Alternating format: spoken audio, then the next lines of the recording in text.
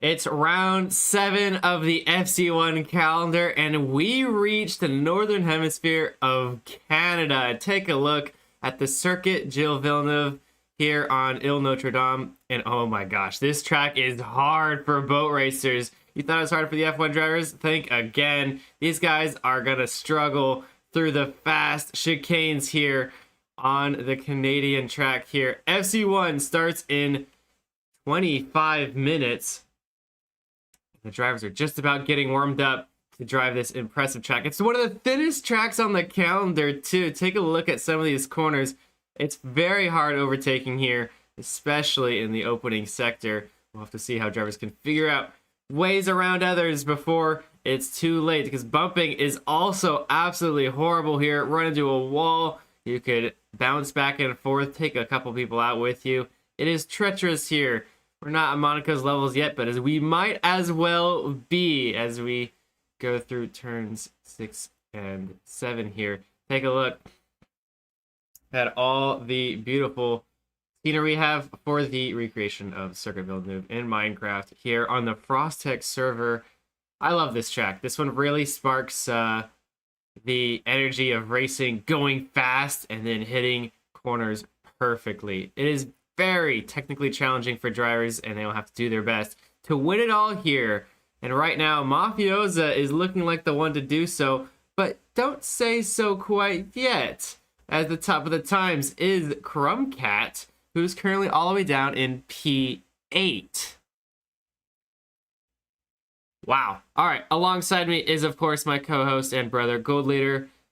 Gold, what has been happening this past week since we've raced in Miami? It's been a little while. I mean, for me anyway. I wasn't here.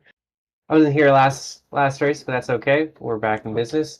We've got a battle for second coming on right now. I just lost my standings. Yeah, Martinitis and 32 Martinez, yeah. Gilo. There we go. Thank you. Yeah, it's been a good fight between them. Last week was pretty good for both of them, and I'm excited to see what comes out of it after today. Yeah, neither are on at this moment. But yeah, Martinitis currently holding on second with 3 points ahead of 32 Gilo in that third spot. Lots of changes been happening in the individual standings. Mafiozo has extended his lead since Miami, but the rest of them are still fighting each other for those spots 7 races in. Of course, we just mentioned Martinez and Gilo, but Joka and Paper Yoshi are now fighting for 4th and 5th, only separated by 1 point. Yoshi having a tremendous race last week in Miami. He's moved up to 5th from 8th, I believe. So pretty good stuff in there. See some practice racing going on. There's Track, Casimir, Thundershock, some of the FC2 guys. There's Crumb, fastest man on track so far. So keep an eye out for Crumbcat. Hasn't had the greatest start of his season as he had as last year, but perhaps here in Canada he can change it around. Keep an eye on Crumbcat there, where the of course had an amazing season last year, and is trying to do it again. You know what, Blue? He's kept his slot over at Alpig, and currently, well, Hotspot, he's unsigned. He's not even on the reserve list anymore. That's good.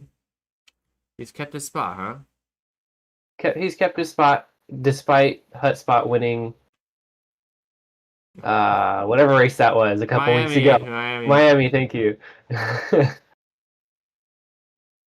Yeah, so Alpic having troubles figuring out what driver do they sign. Of course, Hotspot winning the last race and not earning the points for it since he wasn't signed to the team, and they've stuck with it. They've stuck with what they decided in before Miami.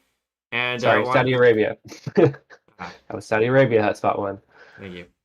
They've decided to keep with it despite Hotspot's successes and kept Crumbcat on the starting spot. Perhaps because he has that fastest time that you can see as he's crossing across the last chicane there. He's on top with a 133.559, just a couple tenths faster than 56 Faxio. Dark Robo getting some good times in there as well.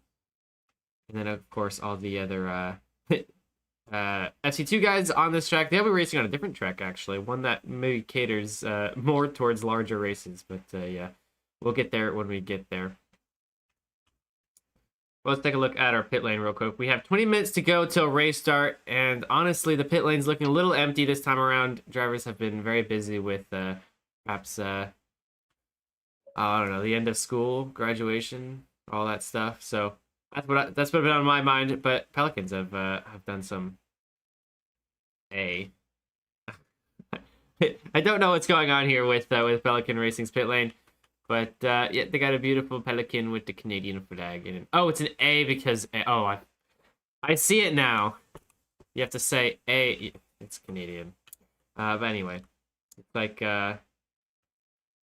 pit lane's looking a little empty today. That's all right.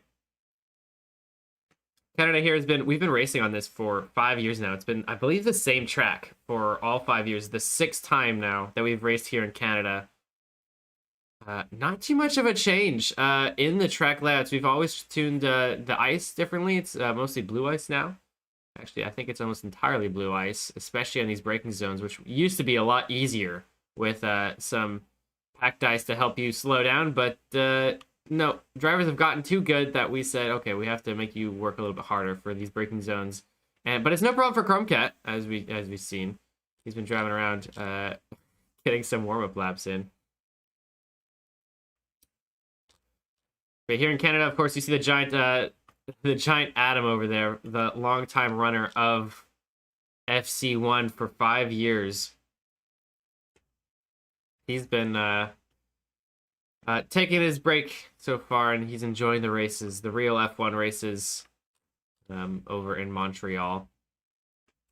So this year has been a little bit different, but still, the racing continues. The action is no different. Okay, still. Trying to figure, yeah, I gotta say, we gotta look at this standings because it's so hard to say, oh, this guy's got it. You know, you look at currently Frontrunner Mafiozo has been really dominating so far, 255 points, but Martinez has been on the rise. He moved past Gilo this past race in Miami, just barely, and we'll see if it stays that way. Behind him, they've been flip-flopping a little bit. 32 Gilo was ahead before Saudi Arabia, and Mafiozo didn't have a great race there. Dropped to third, and then Miami, he took it over. Talk about Martinez, yeah. Who did I say? Mafiozo has stayed first. No. Yeah. Mafiozo has not lost his grip on first place, has he? Yes, you were right. Martinez is who I'm talking about. So the battle for second, absolutely. We'll see. Oh, there's Martinez. It's right there, actually. Let's take a look at Martinez, who has just jumped online, it seems like, taking his first couple of laps. Getting past, oh, there he goes. Segi from right there. Behind him, Joka didn't have a good race. Actually, I don't think he even raced, did he? On Miami, so he dropped down to 4th from 2nd.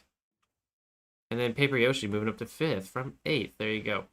So some standings updates. If you missed Miami, quite an exciting race. With 15 minutes to go till FC1 starts, if you do want to race in races like this, you can. You have to wait till FC2 starts later today at 11:30 Pacific time. Then you can jump into the 100-player F1 race, where current leaders Ferrari F15 and Killer Lowell have been just shredding through the lobbies there, constantly getting podiums together as a pair. It's been pretty impressive to see that, especially how they're going to figure out what to do here in Canada. We'll get there when we get there, FC2.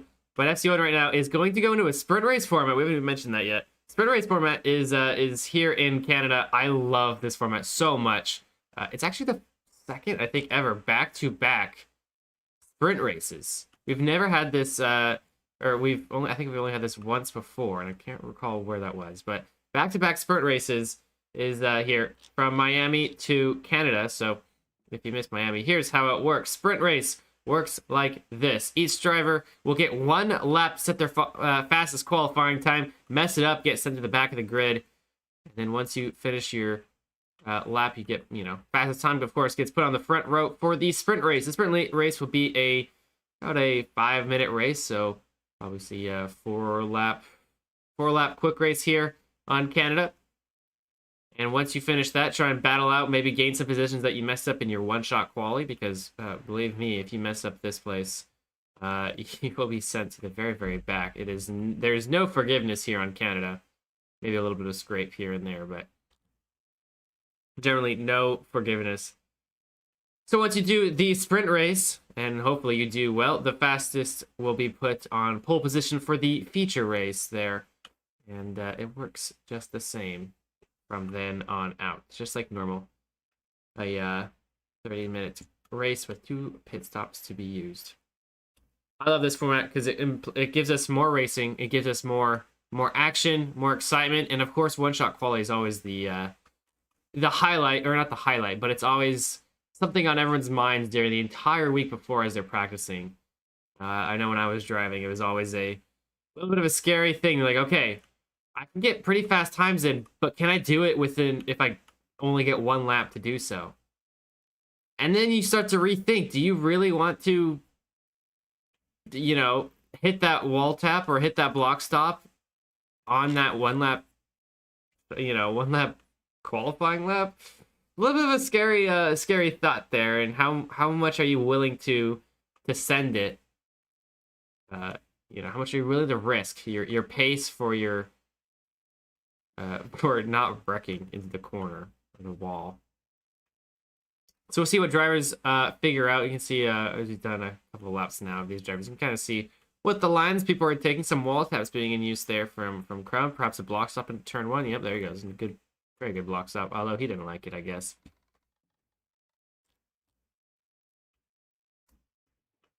There's New Kiddo.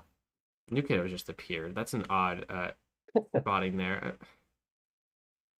What is New Kiddo doing here in FC1? Is he signed to a team? I believe he's signed to an FC2 team.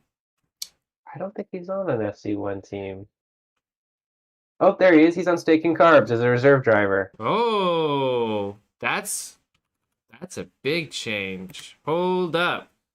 This must be brand new stuff because I haven't heard of it. They're doing another quick race. Yes, they are.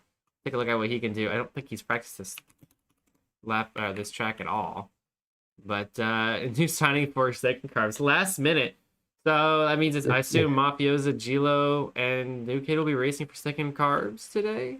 Assuming Kane is not here today, yeah. I do see Kane on the track right now. Well, he's typing in chat. He says Mafiozo isn't racing today. So I guess it is going to be a missing race from championship leader Mafiozo. And he'll be replaced by a short sensation New Kiddo. Overtake that kid is his famous line. And, well, we'll see what we can do on a track. I think he's been so lately signed that I don't think he's really even driven on Canada before. Perhaps I'm wrong. Maybe he's been sneakily driving the track in the background without us realizing. But the guy can do pretty well. I'm excited to see how he can do. There's Dark Robo. I imagine he'll be taking his chances at the no-name squad today. No, he'll be driving for Steak and Carbs. Well, incorrect, because all 3 of their drivers are here. Mafiozo is not going to be here.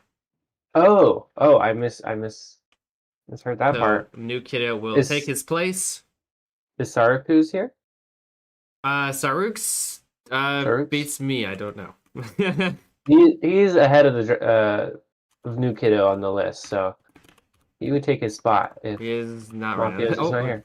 There's New Kiddo going completely wide there. Then maybe New Kiddo is a last minute little. Hey, yes. We need somebody. Yes, New Kiddo is a last minute signing from Steak and Carbs to replace Mafiozo.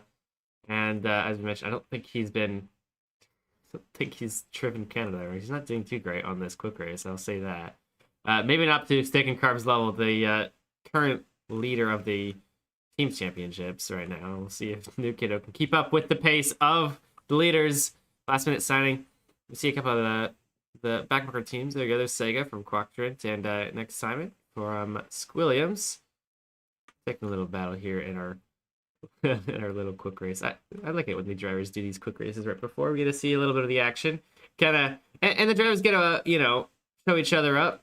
I love doing it right before, and it gives you confidence, right? If you drive in these quick races, you do pretty well. Now, granted, not all the drivers are going to be there, but you get third in the quick race or before the race, you're going to feel pretty confident, and that's a good thing going into the one-shot quali. a thing that needs a lot of confidence. Because if you get nervous here, oh man, you're gonna have a lot of troubles. A lot of releasing W quickly turns into lost time, and well, the nerves can really get to you, especially if you're a newer driver. One shot quality is a little bit scarier. Though I will say, Q3 nowadays in 2026 is all one shot quality, so there's a little bit already of that, essence people are getting used to.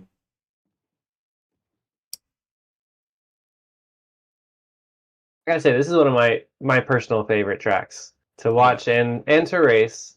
So I'm excited for this one. Yeah, Canada does. It's very thin, so there's gonna be a lot of, the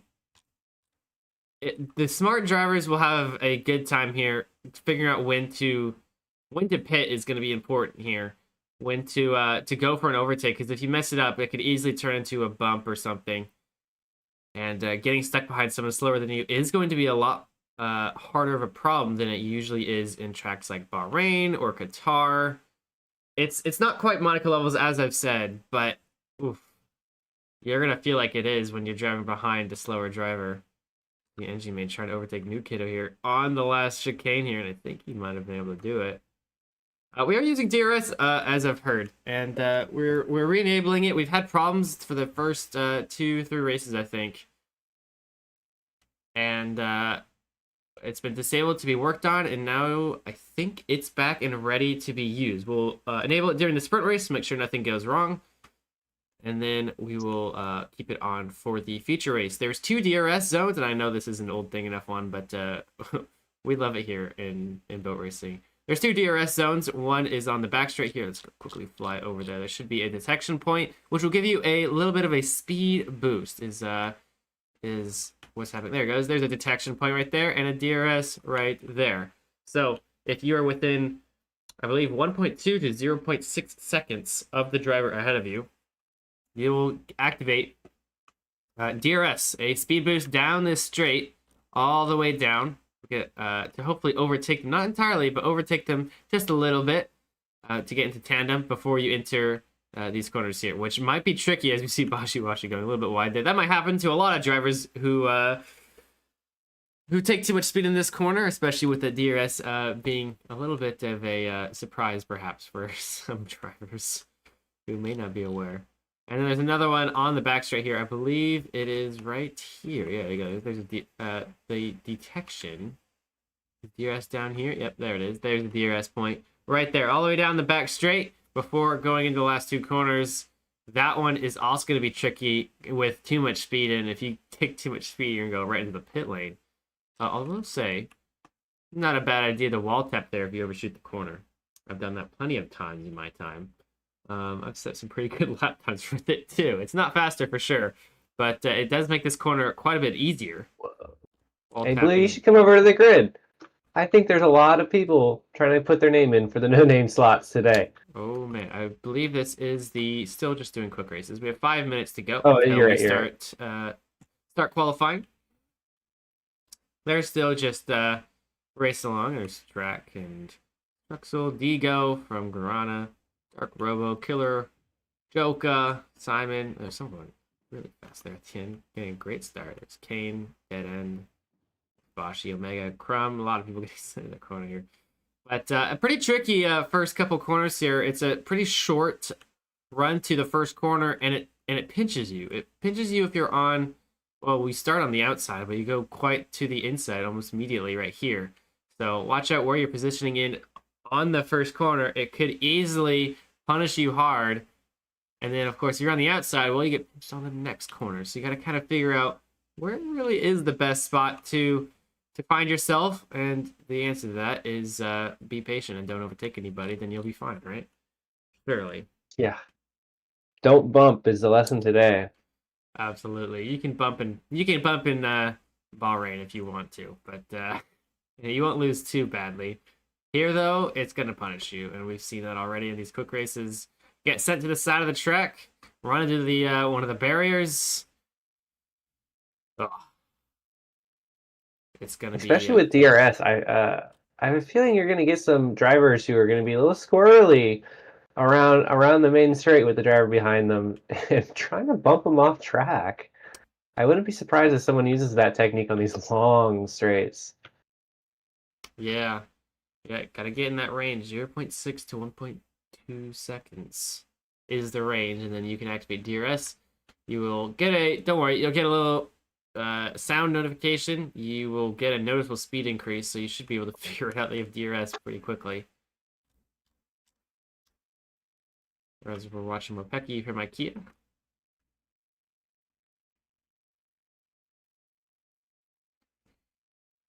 Right, well, 4 minutes to go, and I'm curious what you guys have in chat. Who do you have winning this one? Actually, Gold, who do you have winning this one? There's Chrome, Faxio, Dark Robo, your top 3 times. But Mafiozo is, of course, the championship leader, Martinitis as well, in second there, so can't count anybody out. Who's your pick? There's a lot of picks. You could pick about anybody in this top group.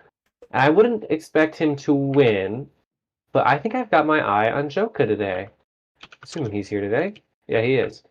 Just I've pointed him out a few times, but this guy is just constantly showing up and putting in the work as a Garana Racing basically representative, as no one from his team is really doing all that great besides Gaber Live. It's just fun to see a new team, a new driver, and just putting in the effort. He's currently P4 on the Drivers' Championship, and it's been fun to watch him. Well, there you go. He did. I believe he missed Miami. Is that correct? Yeah, that's correct. So perhaps he can. Maybe he can bring it back from Miami. He did lose quite a hunk of points and a couple positions for it. We will introduce mulligans later in the season, of course. So that will kind of be resolved a little bit, partly later on in the season. But still, right now he's looking at 4th position in the standings. Joka, the Brazilian, is he's gonna try and see what he can do in Canada. And yeah, that's a good point. I think Joka could do something here. He hasn't had too many splashy races, no podiums, I think, this season so far. But FC1, as we know, is not about splashy finishes. It's about consistency. Yeah, and well, I'm gonna put my money, I think, on Krumka. It might be a little bit of an obvious choice, but if I were to take a bet on someone winning today, it's still gonna be Krumka, and it's either gonna be Krumka or Mafiozo would be my mind looking through this. And considering Mafiozo isn't in our top 10 of practice times, as it stands, he could quickly swipe one up at the very last minute here, as we have we have 60 seconds until our designated race start. But it's gonna be Crumb that I think could take this one home today. Fastest time. He knows how to win this race.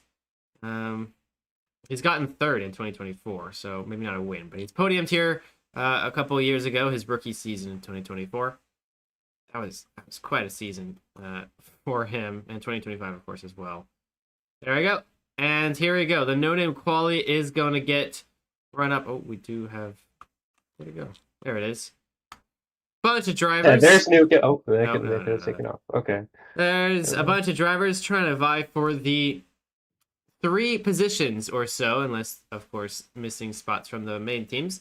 But guaranteed 3 positions will be given to these top 3 drivers who do not have a team or are reserve drivers for other teams, FC2 drivers perhaps as well.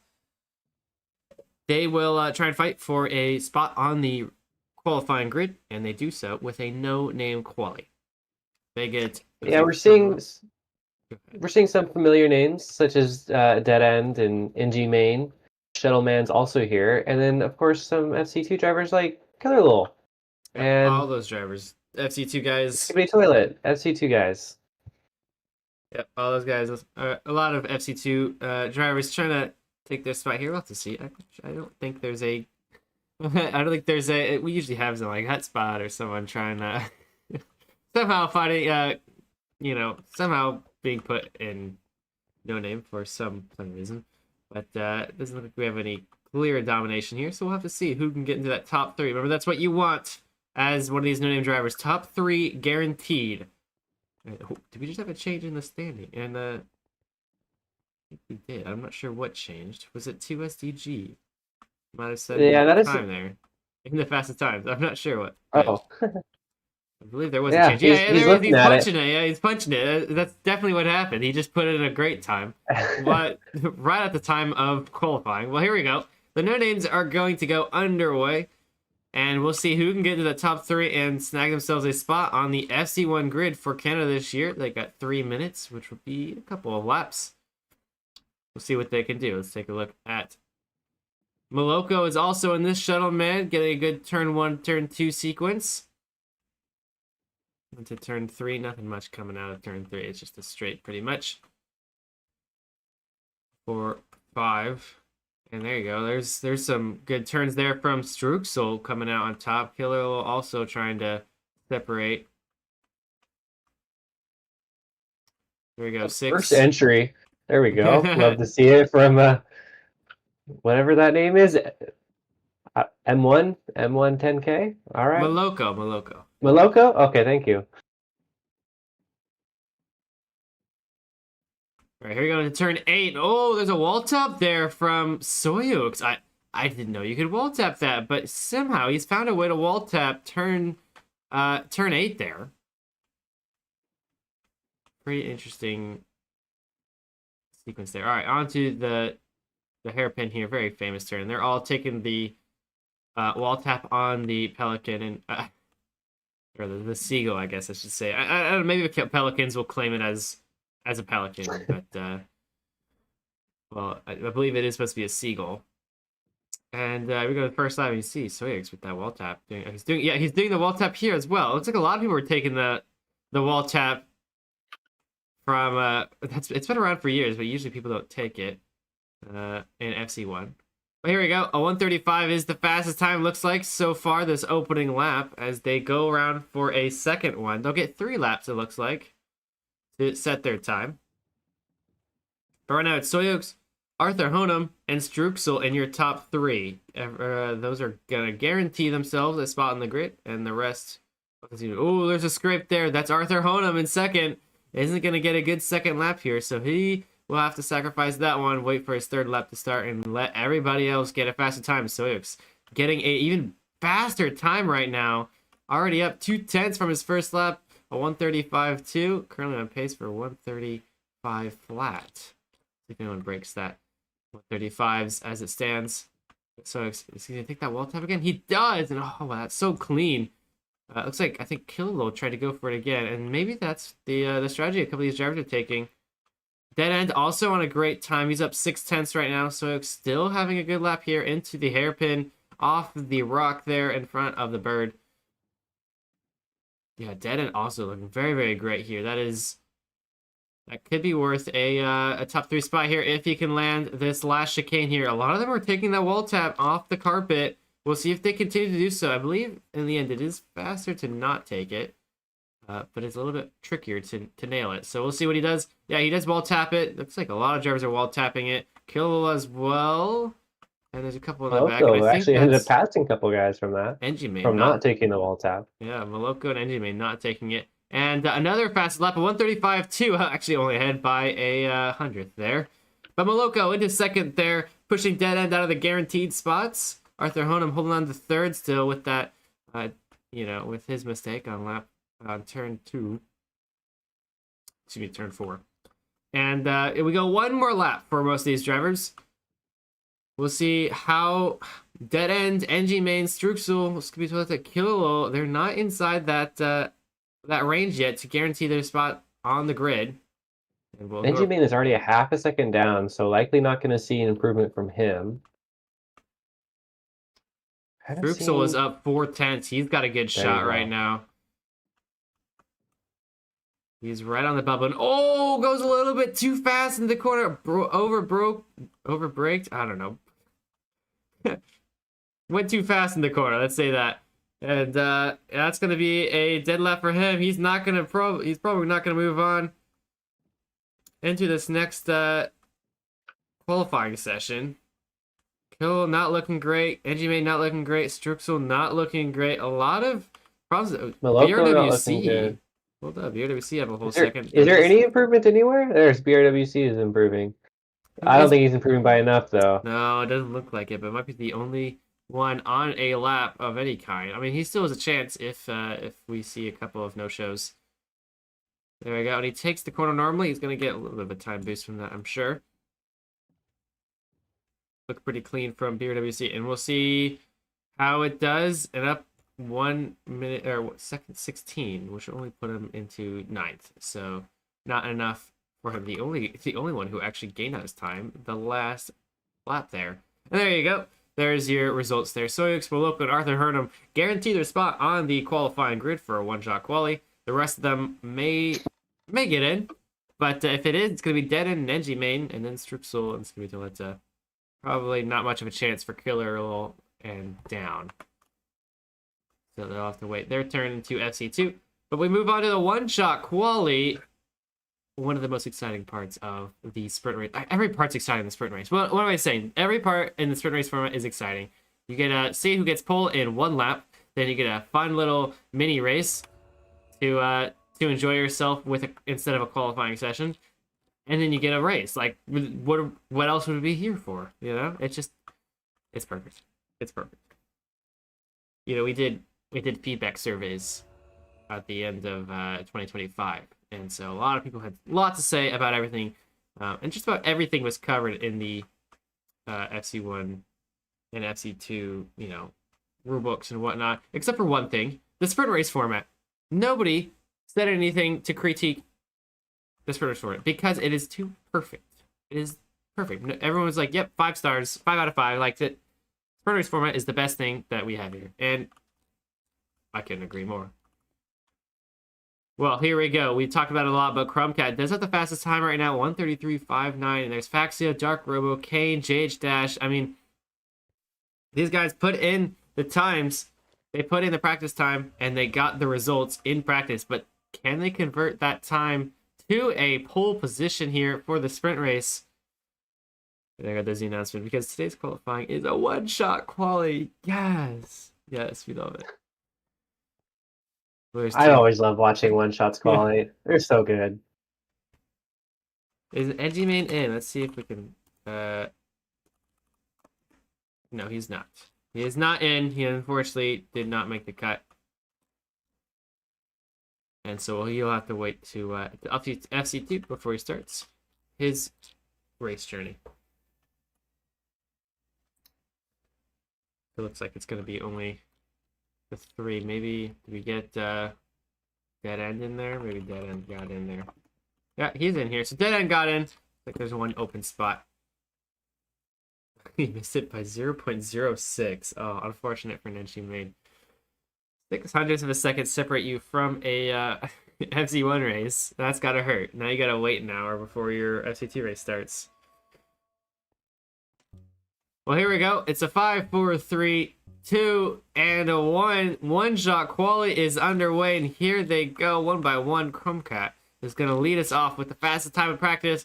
Can he convert it to a pole position here? We'll have to see. I don't think Mafiozo has really had any practice on this track. He's not even in the top 15. Oh, he's not going to even be here. Never mind. That's probably why he has no time. Silly me. All right, well, here we go. There's JH Dash and an Oink skin, so don't get confused. That is JH Dash there.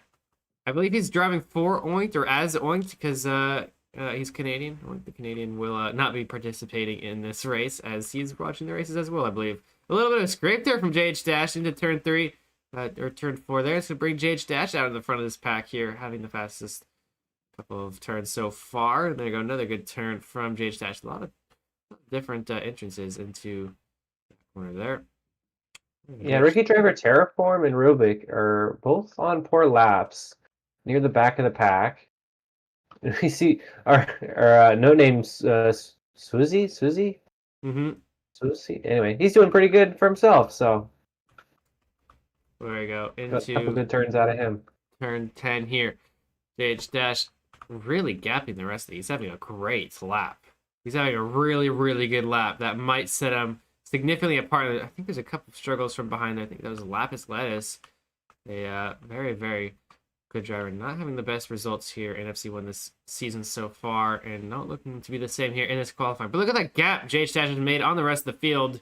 This is looking like his pole position for now. He does take the wall tap. Looks like a lot of drivers are taking that wall tap. And here we go, into the results. And we'll see JH Dash setting a 133.4, smoking fast there from JH. Kane, Joka, Track, Martinitis, Kaiser, Soyux, Ficky, Crumb, Dark, Robo, Jugal Jr., Mopeki, Game Moment, Syracuse, Dead End. Any change in this top 15? Yes, I believe that's Life Network pushing up a couple spots there as well. Wow.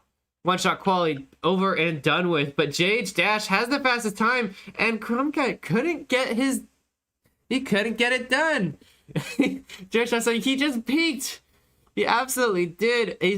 That's fast. 133.4, 1 second faster than the rest of the grid here. Take a look at that. That's a world record too. What did Crumbcat do on this one-shot quali? He beat the world record by a whole tenth.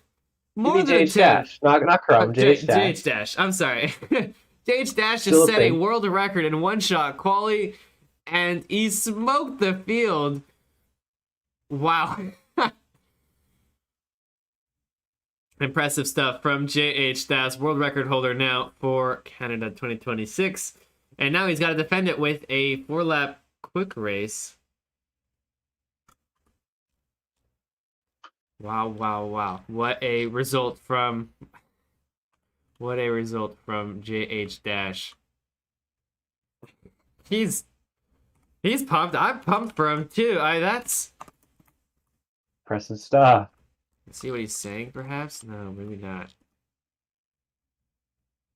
Oh, he doesn't keep talking. JH Dash, JH Dash.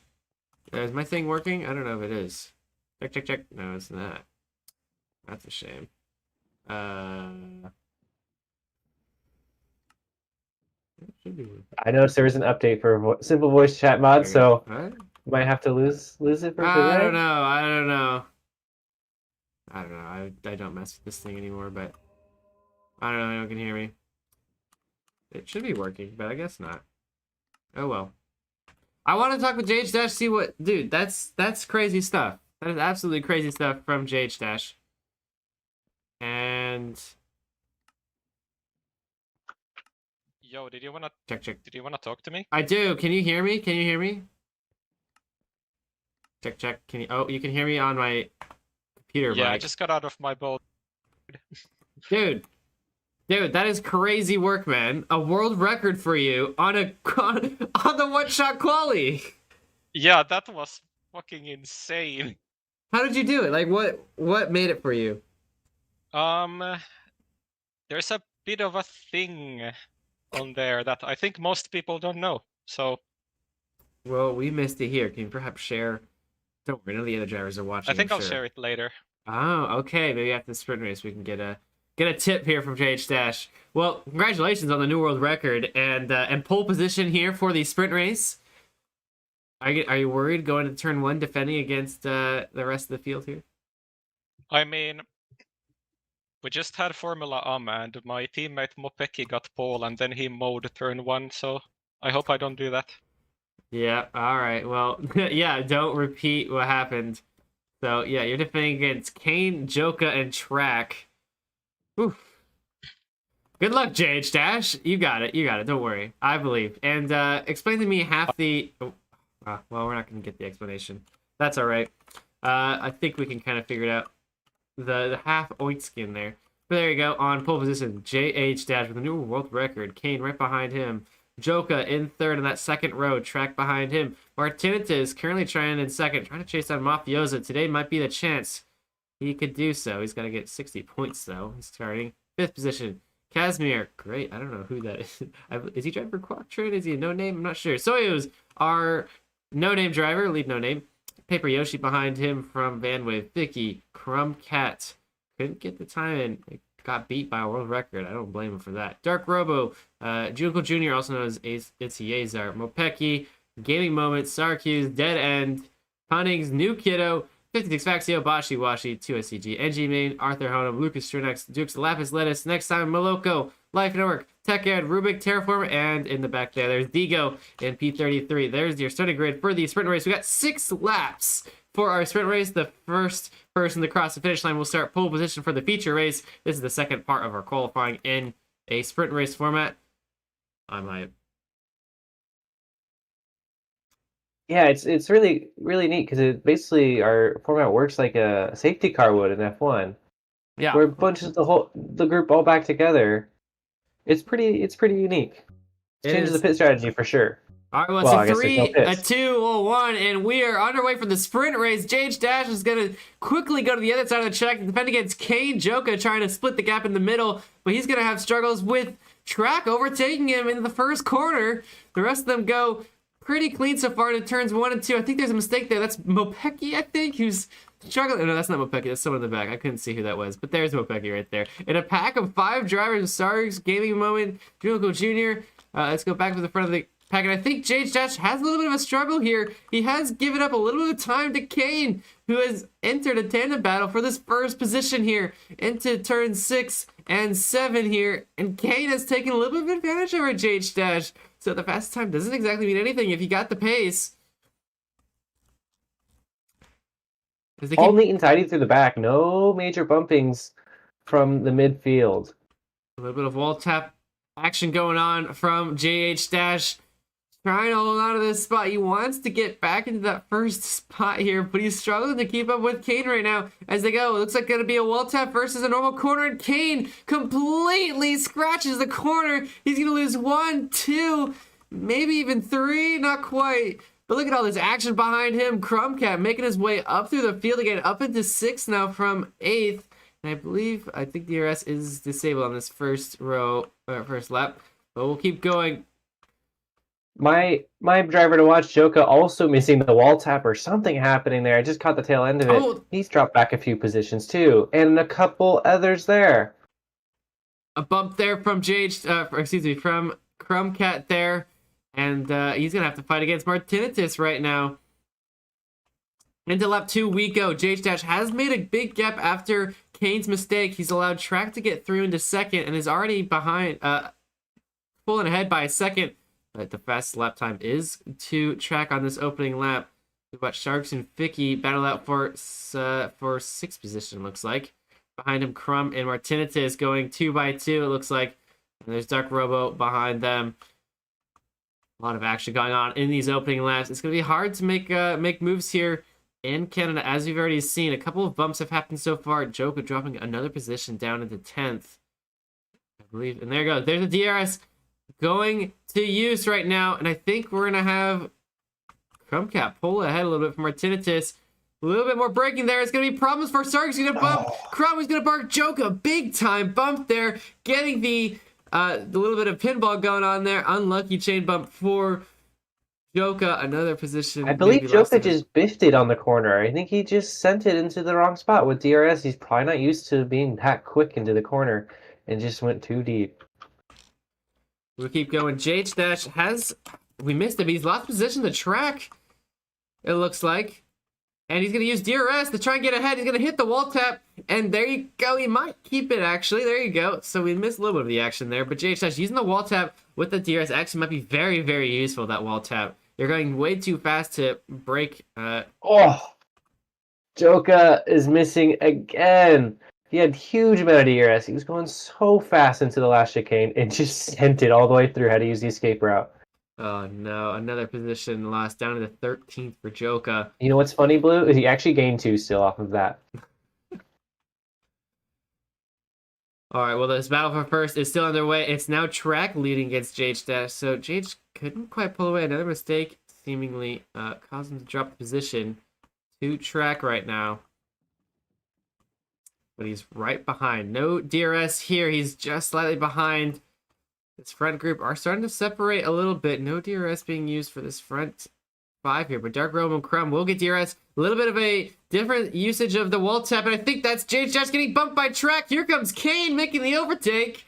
And that's a position lost again to JH Dash. Down to the 3rd now from pole position. He really didn't Crumb showing his expertise, overtaking Dark Robo on the straight with DRS. Clean as could be from Crumb. Yeah, There's after another that position for him. did bump into the last chicane there, trying to gain back the positions, up into 6 now for Crumb. And we're going to get a DRS usage from JH Dash. Yes, he will. He's going to try and use DRS to challenge against Kane. A lot of different initials to use here. JH Dash using Oh my gosh, DRS. There we go. DRS. There we go. Hit the wall tap and stop the speed quickly, and now he's in tandem with Kane. So that last DRS usage is very, very powerful on this track here. I've seen multiple drivers overtake one, maybe two drivers on each straight with DRS. It's been phenomenal to watch. Very powerful stuff here with the new DRS. And you We see gotta be J-Dash careful. trying to get ahead of Kane. Looks like he's slightly ahead, but a little bit of a struggle through turn 5 there. You got to be careful with DRS. I've said a couple times already, but I've seen multiple drivers just biff the following corner after DRS because they're not used to going that fast at the end of the straight.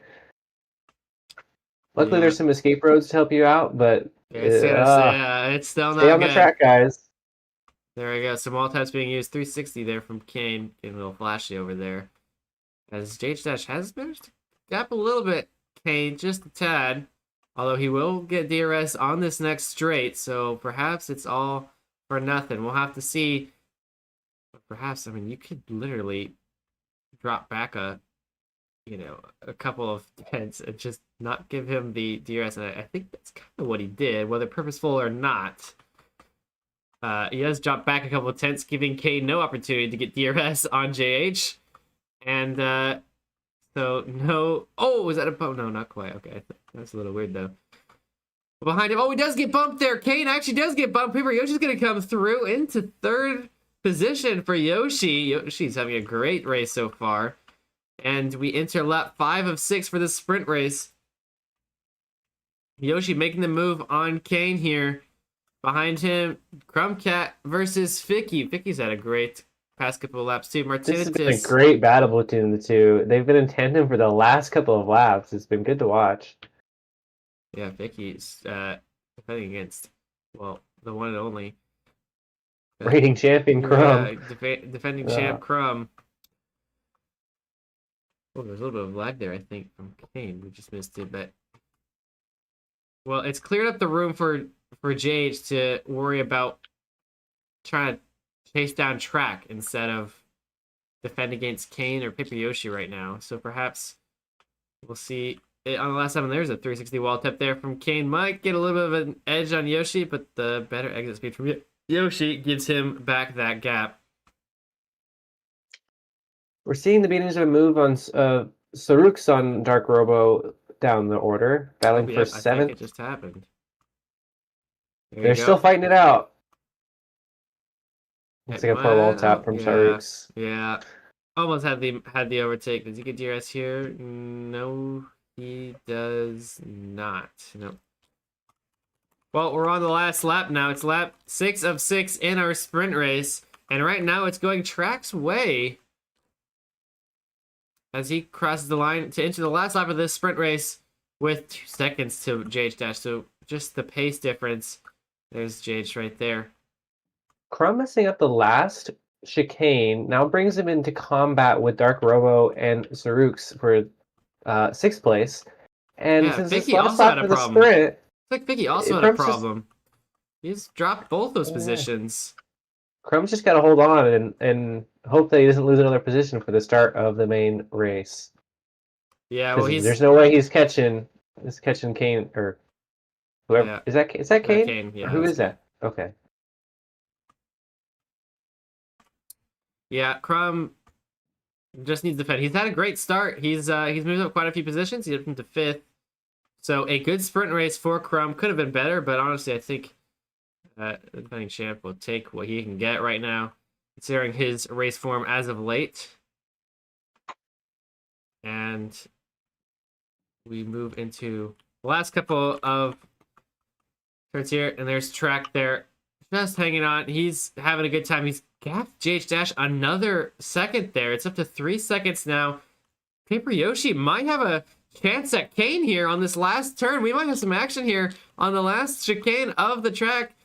We'll have to see. He's catching him. He's right behind. We'll see who can do a better chicane here on the last corner. It's going Kane's way so far. Both going through, and oh, Yoshi, much better exit. That might be the position there. All it needed was just a little bit of extra speed there on the last corner. Paper Yoshi gets the overtake on Kane, and that's going to Wow. be third for Yoshi on the last Another turn photo there. finish between Crumb and Dark Robo, and Dark Robo got it. Oh wow, By another. half a 10. There's another one. Game Moment and Julian Cool Jr. are right next to each other as well. Go Game Moment's way. Chris McCone. Noticing a trend of pairs in this Canadian Grand Prix. Just driver Oh, on there's a driver three-way battling it photo out. finish, and wow, that's going Soyuk's way with the new flap, 133.6 of the sprint race. Good showings from our no-name driver. Yeah. Oh, another three-way. Oh, that one's close as well. Very close racing so far. And, of course, we still have the full feature race to go. So hold tight while we finish this one up and move straight into a full feature race. We got one more to go. It's Life Network, who went pit lane, it appears. Sure. I believe that means he's finished. Yeah, he will finish, but he did go in the pit lane at some point during this race. Not sure why. He switched to wets, maybe. All right. Well, the race is finished, and well, if you've been here enough, you know how this works. Where is everybody? They're in the pit lane right now. I think they're over here. There they are. All right, we are going to spin our wheel. If you don't know how this works, it's pretty simple. 1 in 8 chance to completely reverse the grid, putting Life Network on pole position, and we'll send Track to the back. And they'll get a couple points. Don't worry, he'll get a couple points for his troubles of the qualifying. But still, it's reverse grids are always fun. We get a 1 in 8 chance, so we spin, see what we get. It hasn't happened yet so far this season, but we might get it. No, not quite. Just one slot over his normal grid once again. We are 7 races in, and no sprint race yet. It's coming. It's coming. Well, we'll see it eventually. You guys gotta keep coming back and watching. We'll get it one day. If you believe in perfect odds, that means it's going to happen next race. Right? In 8 races, one of them should be a sprint race, and we haven't had it in 7, so therefore it must be 8. If you do not know, that is not how this works, but that's not how chances work, but some people may believe that. We'll see if anybody throws next race. Somebody's going to throw Monaco, so that way can start pole. They have a 1 in 8 chance of starting pole position. Yeah. All right. Well, we can take a look at our standings real quick. Some good results from Dark Robo in the sprint race. Taking 5th as a rookie driver is pretty good. Same with Saruk's. 7th place for him. And Ficky behind in 8th. It's looking really good for some of these FC2 drivers from last year / rookie drivers. Joka taking 12th. And Crumtat taking 6 as our drivers to watch. So there's a good lowdown of what's happening after the sprint if you're just tuning in. There you go. Well, they're asking for they're asking how much money for a wheel spin, a respin, and Do we take bribes, Blue? Do we take bribes? Well, it's Adam's home race, so sure. Well, last year I believe it was $5.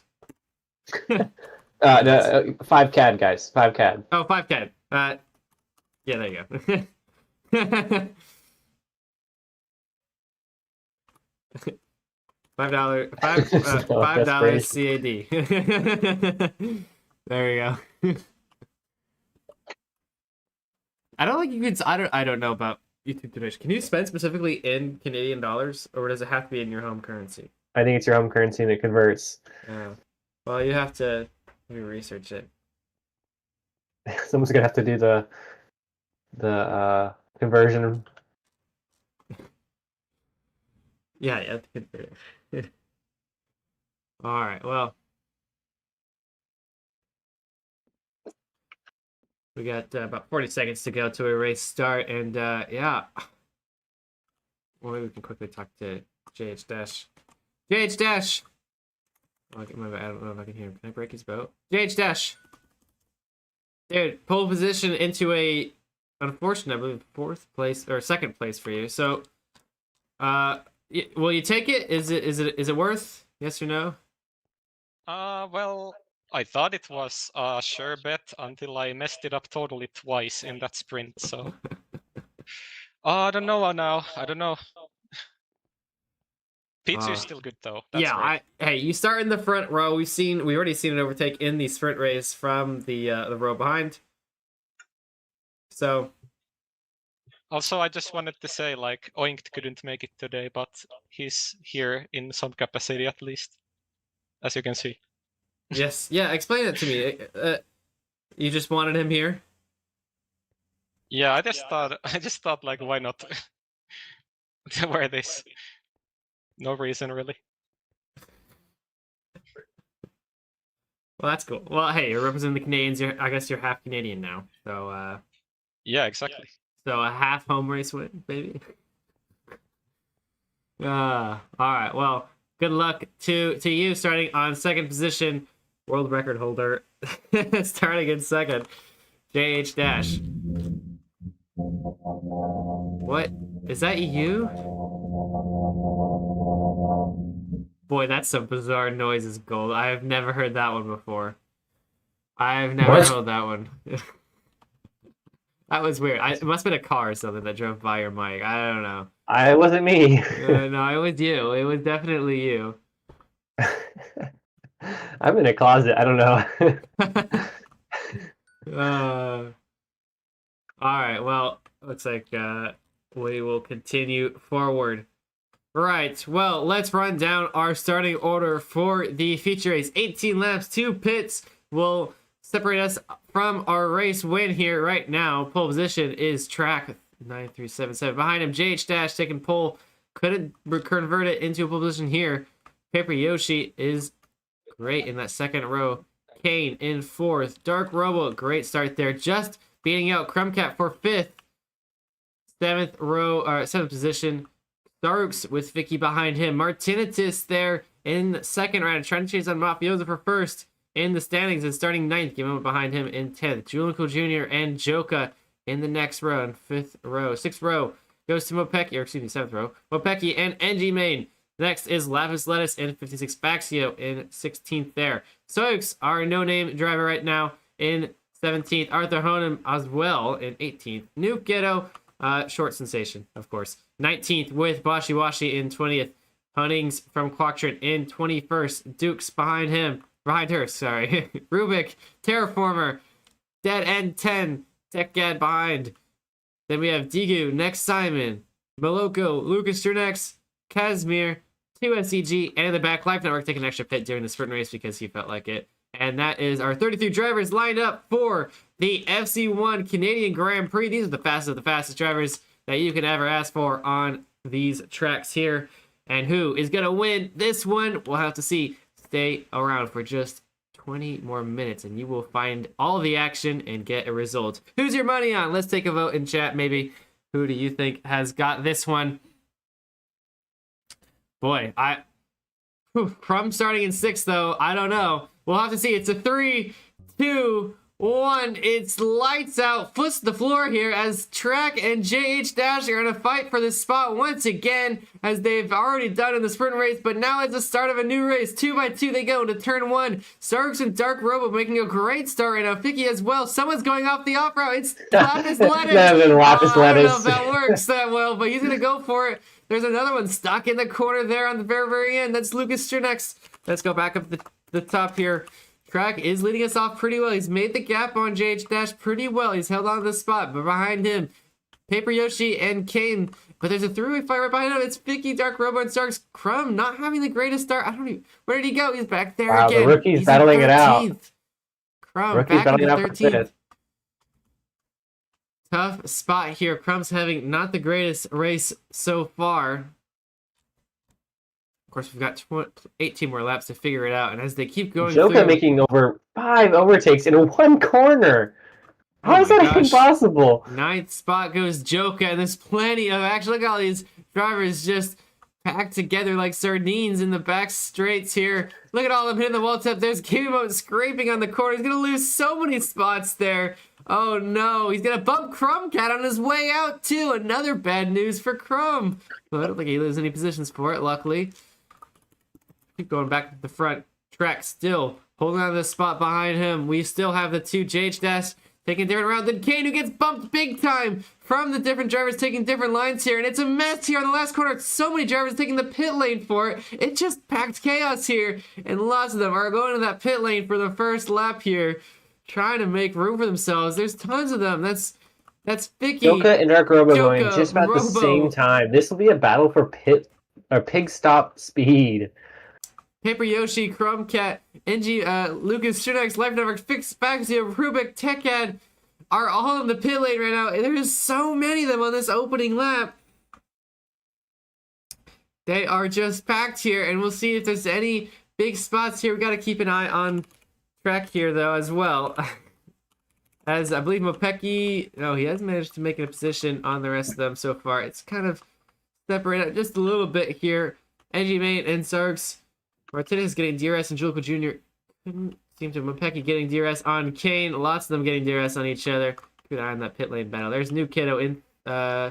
Shoot, I lost them in 12th right now.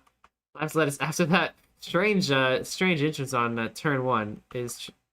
Oh, it gets bumped there. Not gonna be good for him. He was 13th. He might bump these drivers. Watch out, Moloko getting bumped by Lapis, making a bad error though. I think the rest of them have also bumped into another driver, and Moloko scraping on the exit, losing more positions. Dead End goes by as well, and Moloko drops all the way down to 17th. Another bump.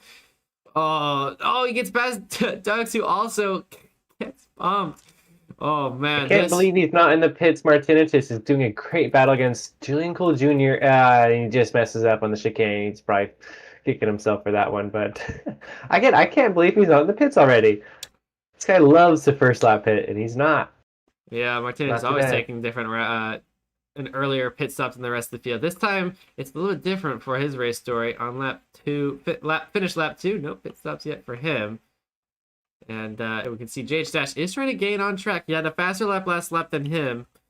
So maybe later down we'll see a battle for first, though. Right now it is separated by 2 seconds.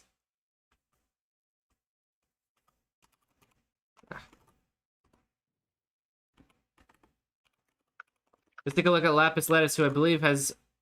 Oh, I thought he was... Made a move, no, not quite. Made a move on New Kiddo, but a little bit later, breaking from him. Not quite. Not quite Well, so far. First lap pit, Vicky 10 is running into the first back marker of Moloko. Yeah, Moloko having lots of struggles with that little bit of a late break there from Lapis, trying to make the overtake. Couldn't get it done on New Kiddo. Usually, if you're the first one to go to the pit lane, it's a pretty good shout. You're going to get some clean air, but not today.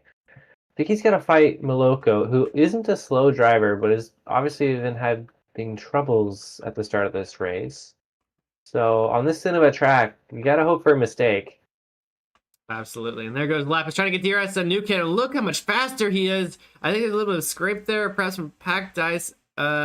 Usage on New Kiddo, but a very, very solid overtake with an excellent use of DRS on the back straight there for Lapis Lettuce, already capping New Kiddo by 0.8 seconds.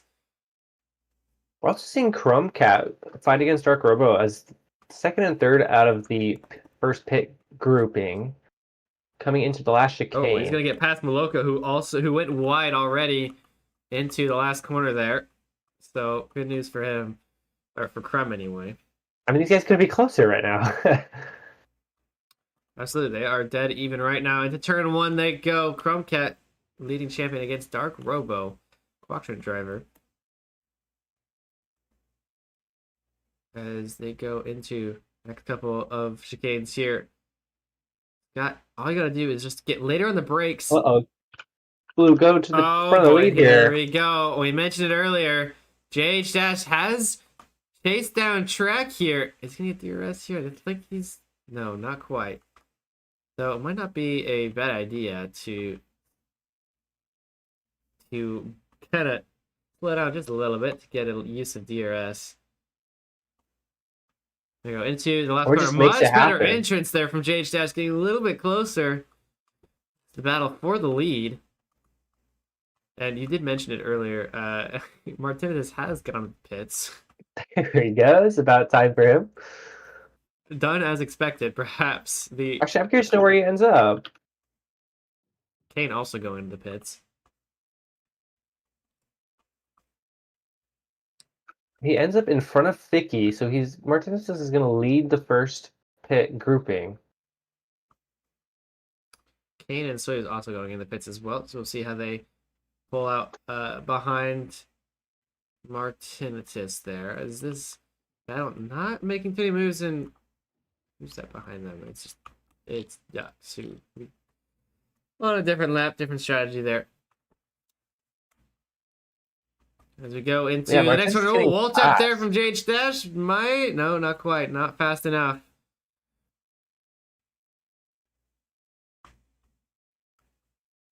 Yeah, so Martinez is getting past Kane there, who I believe was entering the pits at like third or so at the start of the race. So Martin making some moves. We'll see. It's still 2:10s. Nothing separating these two since last lap. They've had identical lap times as well. JH Dash, hold on. I believe he is in tandem here, so much better entrance once again from JH Dash. If you're JH, how long do you wait till you jump in the pits if it stays like this? Well, he's fine now. He's still in tandem, so I wouldn't worry about it until he loses tandem. And if so, I think there's worse people to be behind than your rival. Turn 1. Much better entrance from turn 1, but you're not going to get the same exit, I don't think. No.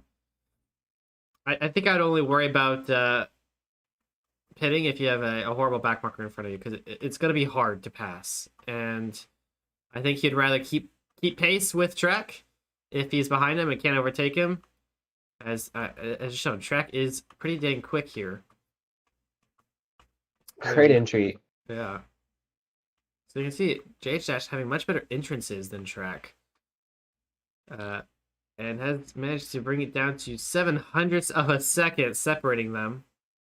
Stark's behind them actually getting DRS on this pack. I think actually he's getting DRS. Oh, there you go. Move is made. Move is made. Track having a poor entry, and JH an excellent one. Yeah, take that one to the film review there. As Track Carmen was gonna wait. Take a look at this. He's gonna wait. He's gonna get DRS on JH Dash. You saw those releases of W there, and he should get DRS here. Yes, he does. There he goes. Interesting strategy there from Trek. He knows what's up, how powerful it is on this back straight, and we'll see if it's worth it. I don't think it is quite for Trek. I may have gained him a little bit of time, but I don't think it did, actually. No. Let's see the next. I couldn't quite tell. He may have got a little wide and scraped just a tiny bit on the straight, because he's remained the same distance away. In fact, even actually slower. slow down. Yeah, he's dropped So another bit of time there. Scraped a little bit on that front straight or back straight. Yeah, so perhaps a poor choice from him. He's got to worry about staying in DRS now instead of dropping back to get it. So yeah, he's out of that range. I believe it is 1.2 seconds. Is the range, the maximum range, and maybe someone can correct me if I'm wrong, but I'm pretty sure that's the case. Let's see, 1.3 seconds, and it's not enough. So yeah, it went poorly for Trek there. A bold strategy that perhaps didn't work as well as he thought. He might still try. He may have had that mistake. He's dropping more time to JH Dash. Now that JH has the room to breathe and get some pace going, he's having an excellent lap. And Trek is struggling to keep up right now. He's dropping more tense right now. So we had a couple good gaps here between Sarups, Julian Cole Jr., and who's this ahead? Duke's Q, I think, is a back marker, yeah. But just very good distances for DRS. Julian Cole is going to get it last last DRS zone, both Saruks and Julian There you Collier go. got it. He's going on the So you can inside of the see just how corner. powerful it is. Don't get bumped by the driver ahead, and looks like he might enter tandem here with a excellent wall tap there, and there you go, into tandem there. That's an excellent use of DRS. An excellent last chicane there. I believe further down the list, we'll see Ficky maybe getting DRS here on Joka. All the way down. Let's take a look at what Ficky is. Doesn't get it. Doesn't get it. He's right behind Joka though, so it could be. You could just use it to get an overtake through skill here on the last chicane. Maybe a little bit of a advantage there.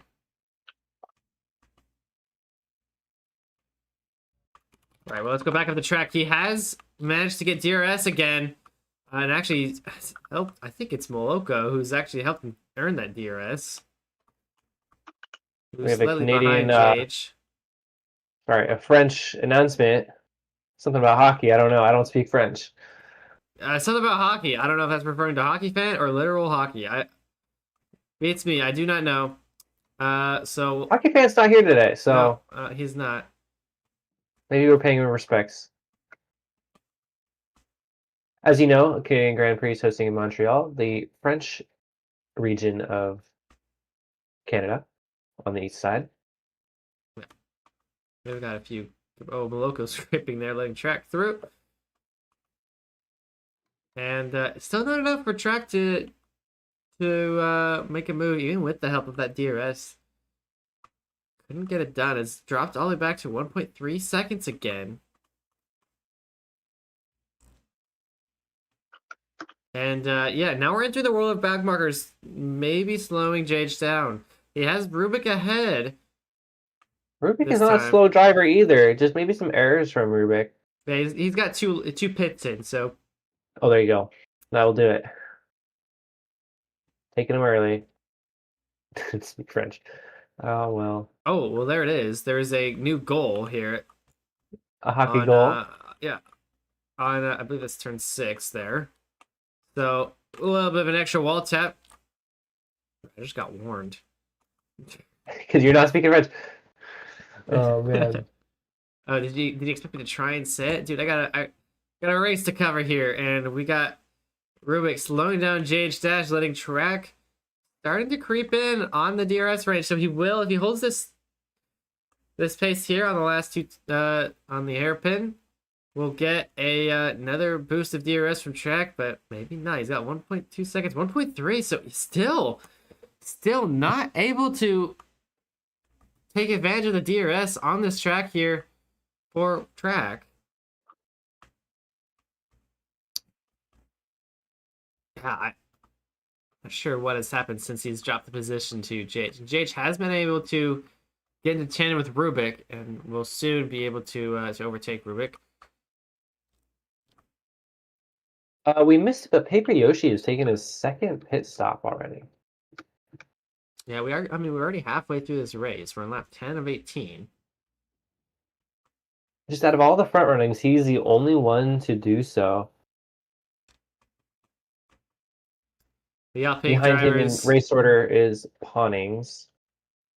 The upping drivers who couldn't make it today in the race are all in chat here. Hello, Owington Hutspot, all cheering on JH Dash as he's holding this lead right now against track and has managed to continue gapping him. It's 2 seconds now, and this is that world record pace that we're seeing from JH.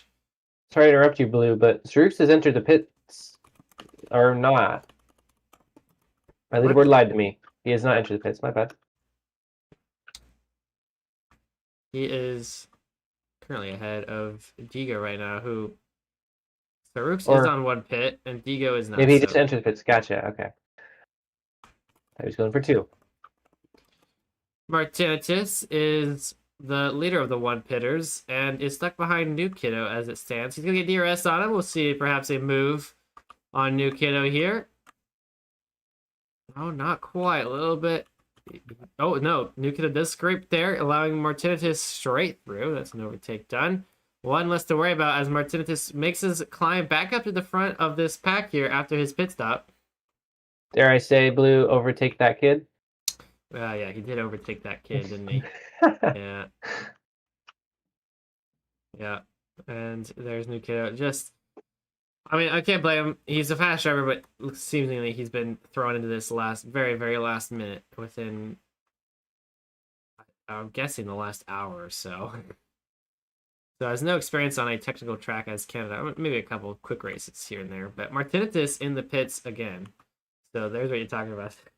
Martinitis does like to pit early. And he's This doing... is late for him. It's a This little is bit pretty late for him. Paper Yoshi, though, just coming out of the last hairpin. Sorry, not the last hairpin. The seagull hairpin. Well, here goes Martinitis into the pit lane. Of course, you know how this works. He has to go over these little blocks here. Complete a little mini game of clicking blocks in the inventory. And 2.4 seconds, a little bit slow, but still worthy of a decent pig stop. And, Paper Yoshi on 2 pits is just now coming down the straights. Leader of the 2 pit group. Yep, but I think Martinitis is going to stay ahead. Yes, he does. Plenty of time for Martinitis ahead of Paper Yoshi's seemingly stuck behind next Simon. He bumps him out of the way. Paper Yoshi just gets that's smacked gonna into the for you. grass. Oh, a horrible bump gets even worse. Crumb Cat gets past Paper Yoshi. That is a position loss for him. Crumb saying thank you to Simon. We'll see if Simon gives the same punishment to Crumb. Or he's gonna let him through. Of course, the two teams that these guys are driving for have been at odds for a couple of years now. Alpig versus Squilliams. Of course, Van Way behind her. Paper Yoshi behind. He's gonna get DRS on Crumb here. See if he can retake the position that he lost to Simon.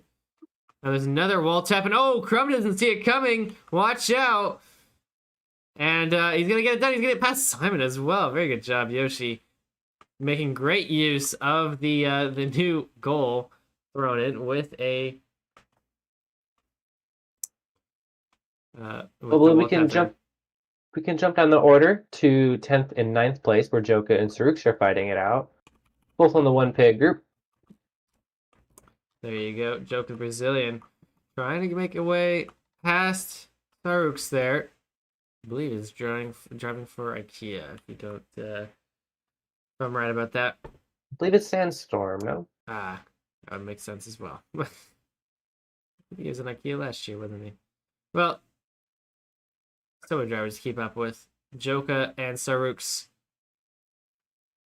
For 10th spot here, the 9th spot. Joka's team spot is locked in for the meanwhile as the Brazilian team for the Brazilian driver.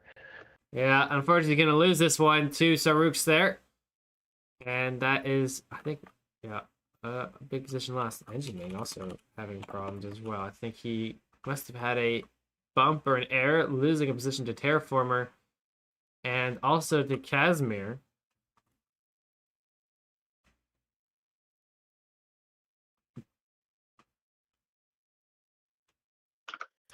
Joka getting DRS on Saruk, so maybe there's room yet for Joka on this overtake. Oh, he's going to make a good move. He does get into tandem pretty close. That was a clean chicane from Joka. With the DRS, it's not easy to go through that chicane with it. Oh, I think we did make a miss a very important thing. Track has made a move on GH Dash for the lead of the race, putting him now in front. How did that happen? Driver. I'm not sure. It must have been a bump. It might have been against Rubik here. He's been ahead the whole time since we've last checked in with this front pack. Rubik is still ahead, so I'm guessing that's what happened.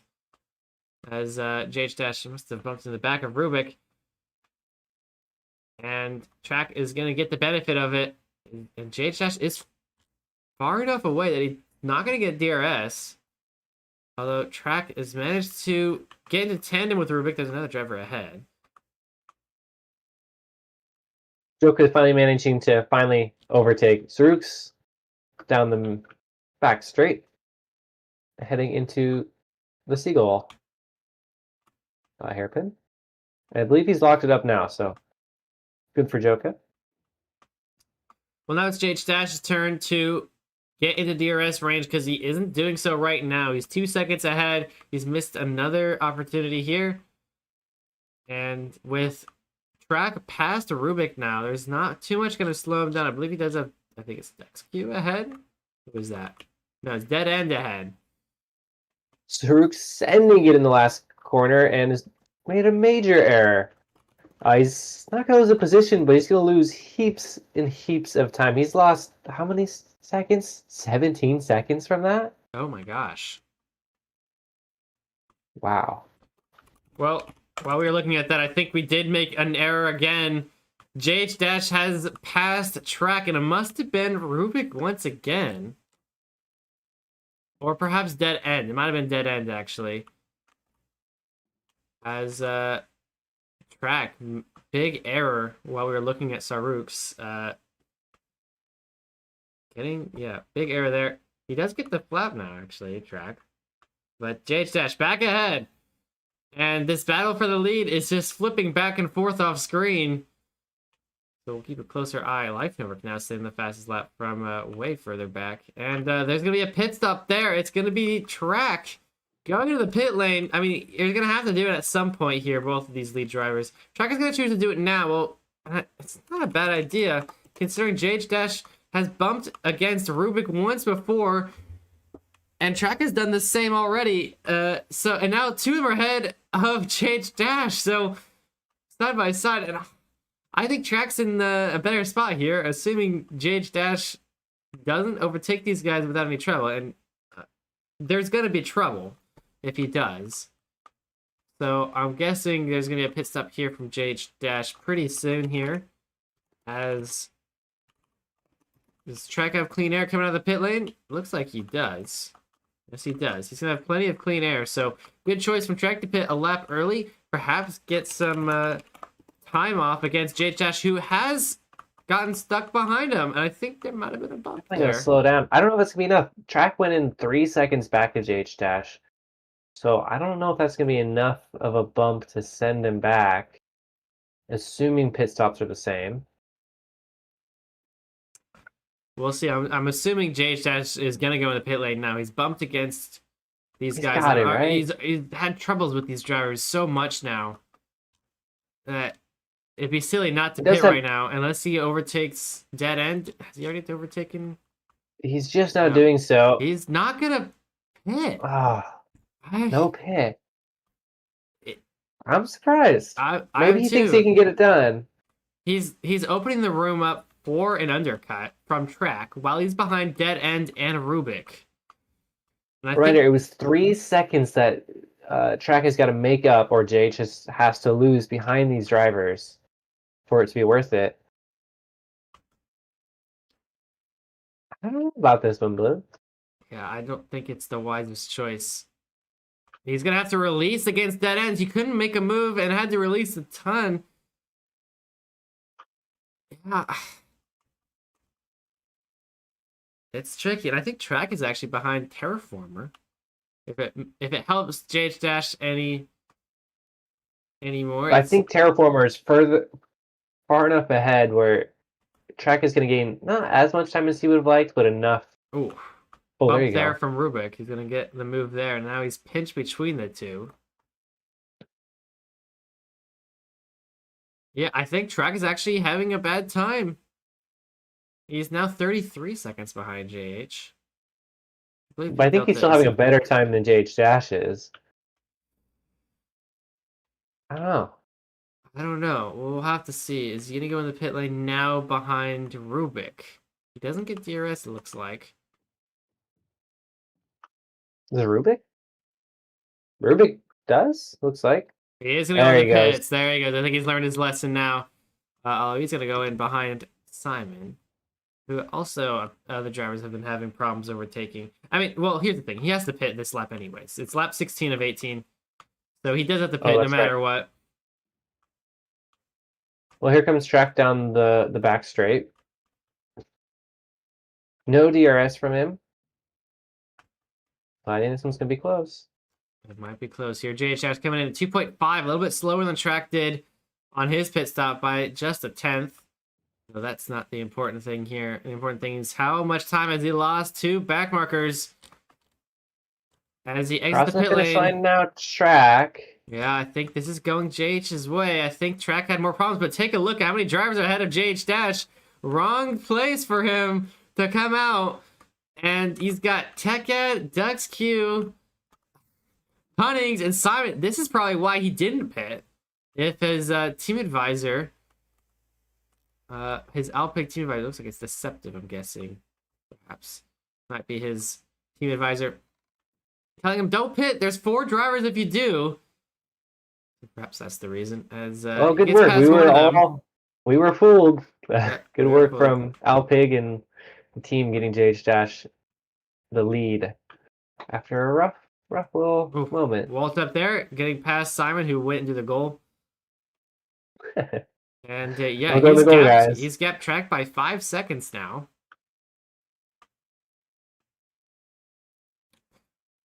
As both these drivers will have to go in the pit lane one more time before the end of this race, and they will do it on this lap here. Oh. We'll have a little battle between Joka and Track, especially with the pit lane. This might give the advantage to Joka. Yeah, they're second away. Joka's made plenty of very good moves on Track. Oh, he's got DRS. Wait, they're gonna go straight to the pit lane here. Both of them will. So he's just gonna full send it straight down the end of the pit lane. He's gonna have more speed going into it. And down through it, they're gonna be side by side going to this pit lane. This is a battle for second. Joka having a great second half of this race, putting him in contention for second here. After having poor starts at the beginning, a poor qualifying, a poor sprint race. But the don't feature cut race out Martinez. He's coming down the main straight, and he's been absent from the front of the group, but has been, again, back on pits. So Joka's gonna get ahead, I think. Oh yeah, he's getting ahead. He bumped Track a little bit with it too, actually. He's gonna get ahead of Track here, and that is a position overtaken in the pit lane. But who comes past? It's Martinez getting past both of them. Martinez moves into second on this last lap of the race. The undercut strategy of Martin works every time. And now he's in second, Joka's in third, and Track finds himself in fourth. He's battling for the lead. He, in fact, was leading this race by about 5 seconds earlier on in this race. Is now outside of the podium on this last lap. Wow. I would have bet money that Track would have came out ahead of all this, but JH to ever Alpig. since we've seen JH's strategies, impressive. And then Martin, don't forget that. This guy came out of nowhere once again and stole away second place. Yeah, this is what this guy does. He does it constantly does this. Nothing new. He literally plays the underdog every single time just because he the other teams need to so early. Focus on him a little more or something. Figure out what it is that's working about this. Maybe it's just his raw pace. Maybe it's strategy. Oh, maybe it's pure luck. Who knows? Well, JH Dash is going to come across the last chicane here. And the Alpig driver, JH Dash, is going to take this one. And you can see the little swerve. Careful, got to finish this race still. Oh! And a spin to finish it off. JH Dash wins the Canadian Jam Grand Prix. Martinez in second there. Track and Joka. We missed that. But Track has managed to re-overtake Joka, probably with the aid of DRS there. Getting to the podium, Sarux, Paper Yoshi, Julian Cool, then Sarux, Lapis Lettuce. I think he gets over Life Network in the last corner. And 11th to Mopeki, Kane, Dark Robo, Gaming Moment, Crumbcat in 15th, Faxio in 16th. Crumb and Dark Robo had the 2 fastest times going into this weekend. Have only ended 15th and 16th for this race, so it's not all about your practice time, guys. And the fastest lap. I mean, we've seen JH get a world record in the one-shot quali, converted it into a second place, second place finish in the sprint race, and turned that one into I believe his first ever race win. It might be true. His first ever FC1 race win. Here in Canada, there you go. The rest of them finishing, and there you go. Already 27 drivers put it in. Let's see if we can get quickly to our podium because I want to have a conversation before the rest of the drivers come in. Okay, wait. I need to. And there you go. Race is over. All 32 drivers have finished. And let's get a quick interview before I'm on the we podium. celebrate Ooh. with our winners. We gotta get an interview. Okay, Track, are you I'm here? setting my balls up. Okay, I need to like chill. Track, a third Okay, place finish for you. who's You ending? We almost gotta had go a to World win. Cup. You Let's go, almost had let's a go, let's fourth go, let's place go. in the last corner, but you turned it into a podium at the last minute there. Walk me through all those adventures for you.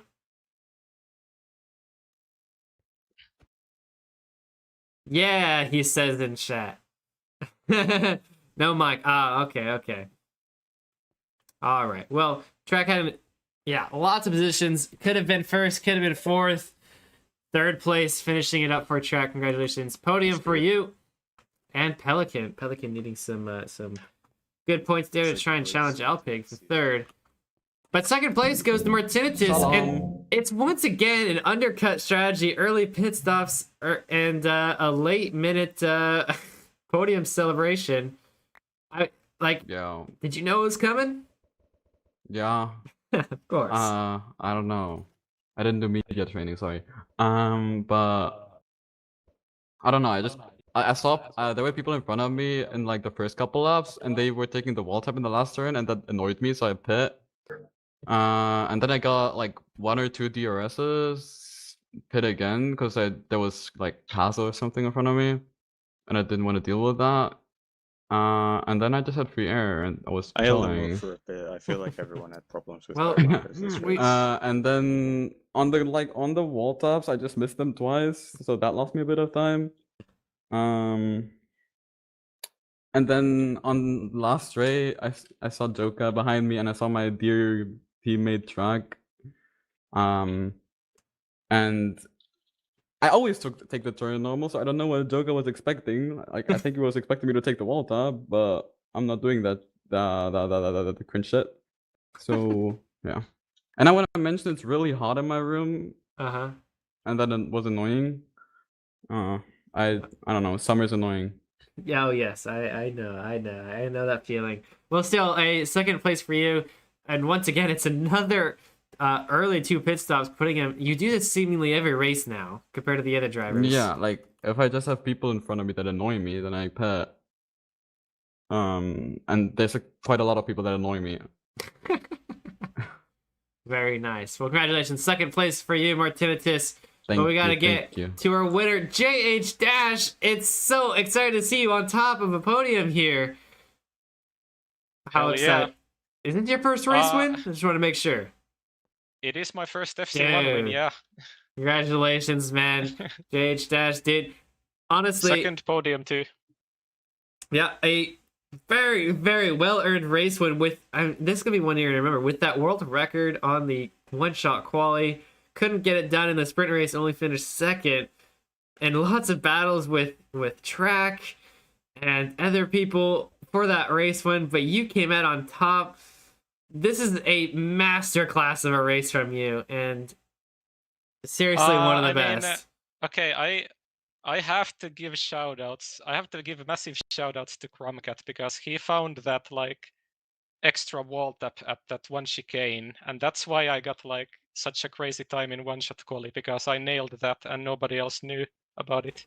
Which one you I talking think. about? Talking about Like in the second that? sector, there's this chicane. Mm-hmm. I seem Where like a the lot of people second- took that. Yeah, I where think I the know which one you're second talking about. goal- Like the place where the second goal, hockey goal thing was. Were other people Yeah. doing it? I believe so. Oh, okay. Yeah. I thought that carried me in quality. But yeah.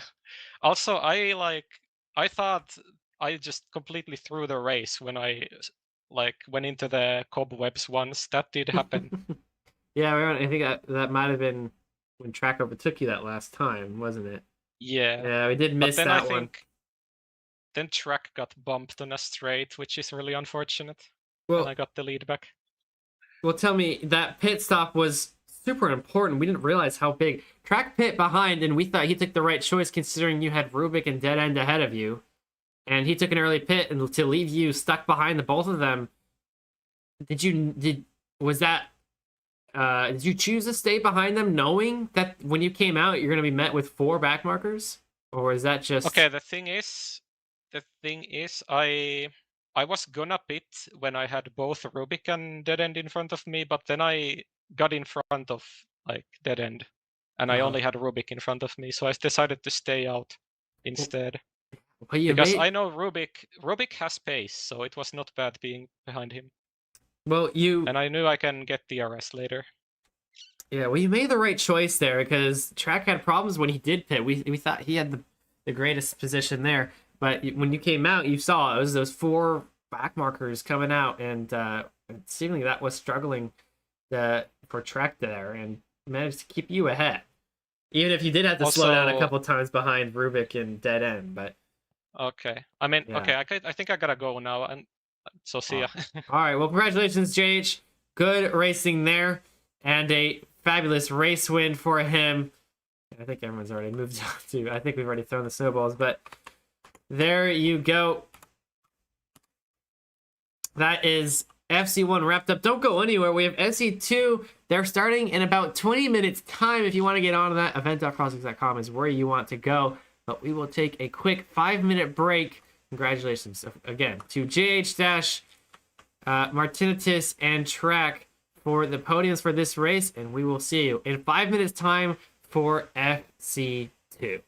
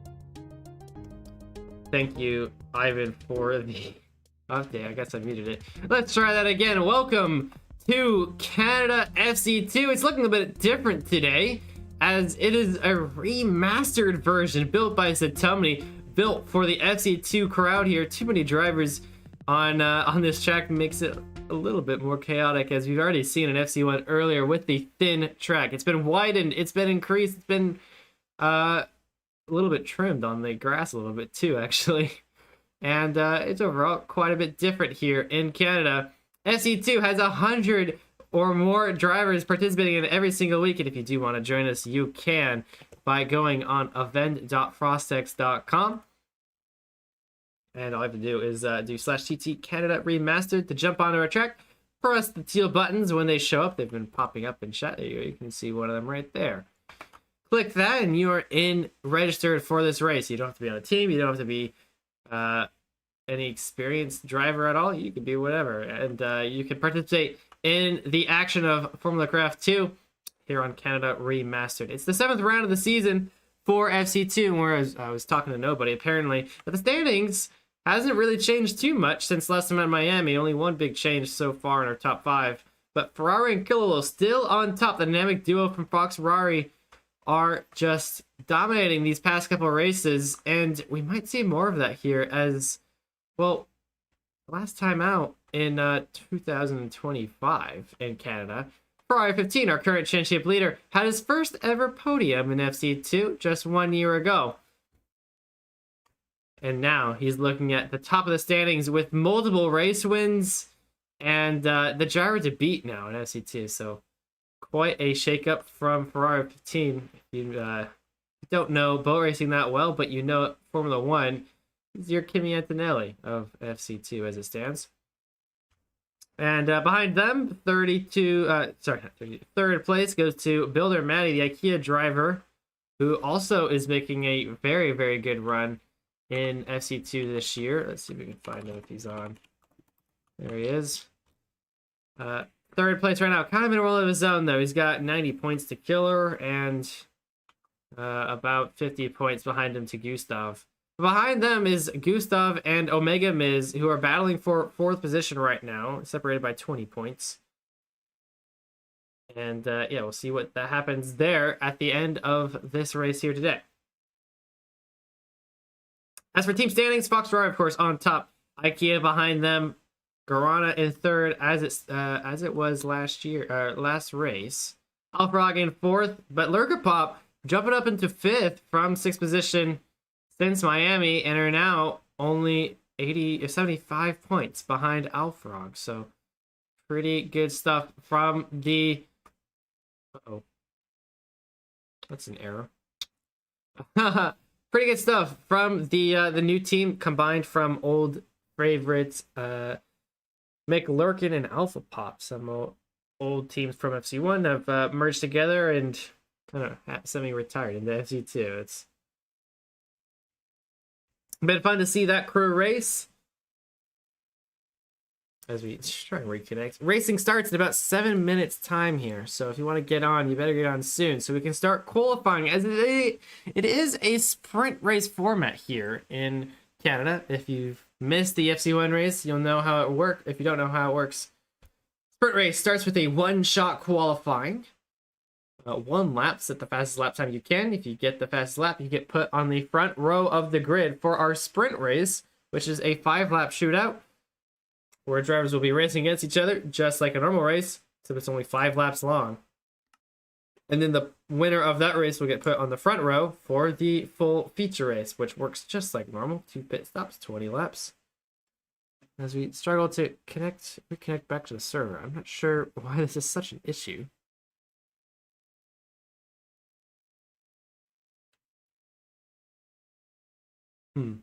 Well, who do we have? Let's ask in chat here while we are waiting for this to resolve. Who do you have taking this one away? I mean, we can never count out Ferrari at 15 right now.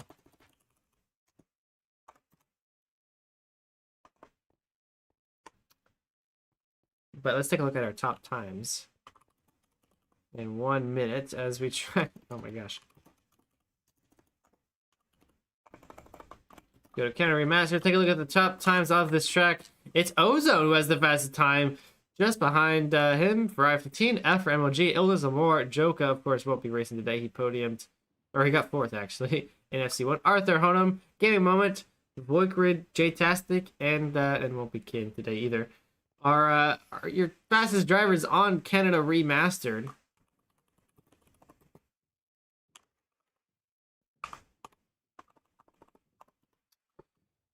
Who do we got on top of this one? Ozone having a great time. We haven't seen him on top of a online right now, unfortunately. Oh, is he?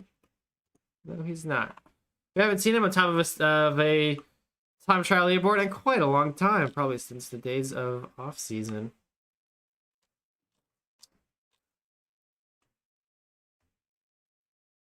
All right, well, let's take a look. Some of these pit lanes, we'll quickly run through the pit lanes that have been updated, and just because it's fun.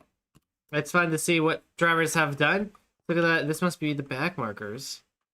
It's the Ivan, of course. Lead driver Ivan the Miner has put the end of the. That's actually a really good looking van. Wow, good stuff, guys. Very pretty. What do they got? Back markers training plan. Was sneak in. Second, like weaknesses, overtaking clean, race starts dealing. Oh, this is like real stuff, huh? It's just, that's like, that's everything you need in FC2, though.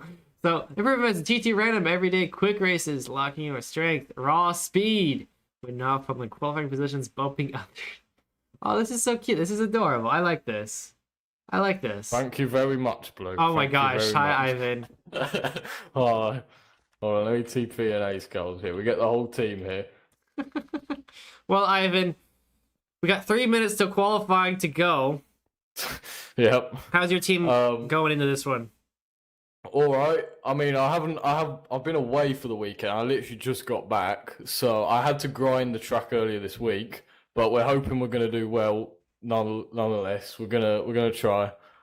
Are you guys scared of the one-shot quick rate or the one-shot qualifying here, or is it something Yeah. that... Yeah. I don't know, it was a one shot. Oh god. Yeah, it is one shot quality today. I'm very annoyed. Oh, I'm very no. annoyed about it being a one shot. I don't like one shots. Oh, this is not good. So, yeah, well, all right, well, I'm glad you guys all came in. That's very nice. But we got other teams to quickly peek over and look at. And, yeah, good luck to the 4 of you driving 4 back markers. Yeah. And, All right, thank you. Good luck, you Oh, I guys. forgot to put the banner on the shield. We're just going to skip the teams that didn't put any effort into the pit lane. Over here, we have... Wait. We have... Is this Foxrari? It is! It's Foxrari Dominance Might Bore fans.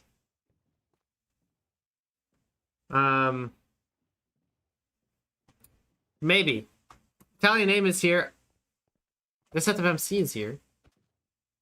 Hi. Does he speak? I don't know if he speaks. Oh, hey. Hi, Deceptive. You're driving Foxrari today, yeah? Yep. Are you... Quite a dominant team you guys got going on here with the duo of Ferrari and Kilo. And I know that's not naming you. So, how's your story been? Because we've been so focused on the other two that we need to hear a little bit of Deceptive MC. How have you impacted the Foxrari point standings? I don't know. That's a good question. I mean, I'm just doing my best, and I'm just happy to be racing, really. And yeah, I hope to be making the main team at some point. I mean, that's really, yeah. I don't know what to say about this. All right. Well, how about? All right. Well, Canada's a pretty tough track, but we've converted it to be a little more, maybe easier and wider. So do you feel it's going to be a little bit of an easier race day than last race weekends because the track has been tuned specifically for FC2? I mean, I'm feeling more confident about the FC2 version than the FC1. I don't think it's easier for me. So yeah, I think it's going to be better this time. All right. Well, glad to hear, Deceptive. Good luck to your racing today for Foxrari, and we'll see you on track there. All right. Oh, this one's pretty. So is. Oh, I think we're in qualifying time. So of course we didn't get the time to say hi to Jolly the Duck. Hello, Jolly. Hi, Jolly the Duck. What? You said hi, Jolly. Say hi, Jolly the Duck. So Hi- I said hi, Jolly the Duck. Hi, Jolly the Duck. Hi, Jolly the Duck. Uh, Hello. Let's go. How is McLurkin or Lurkapop doing?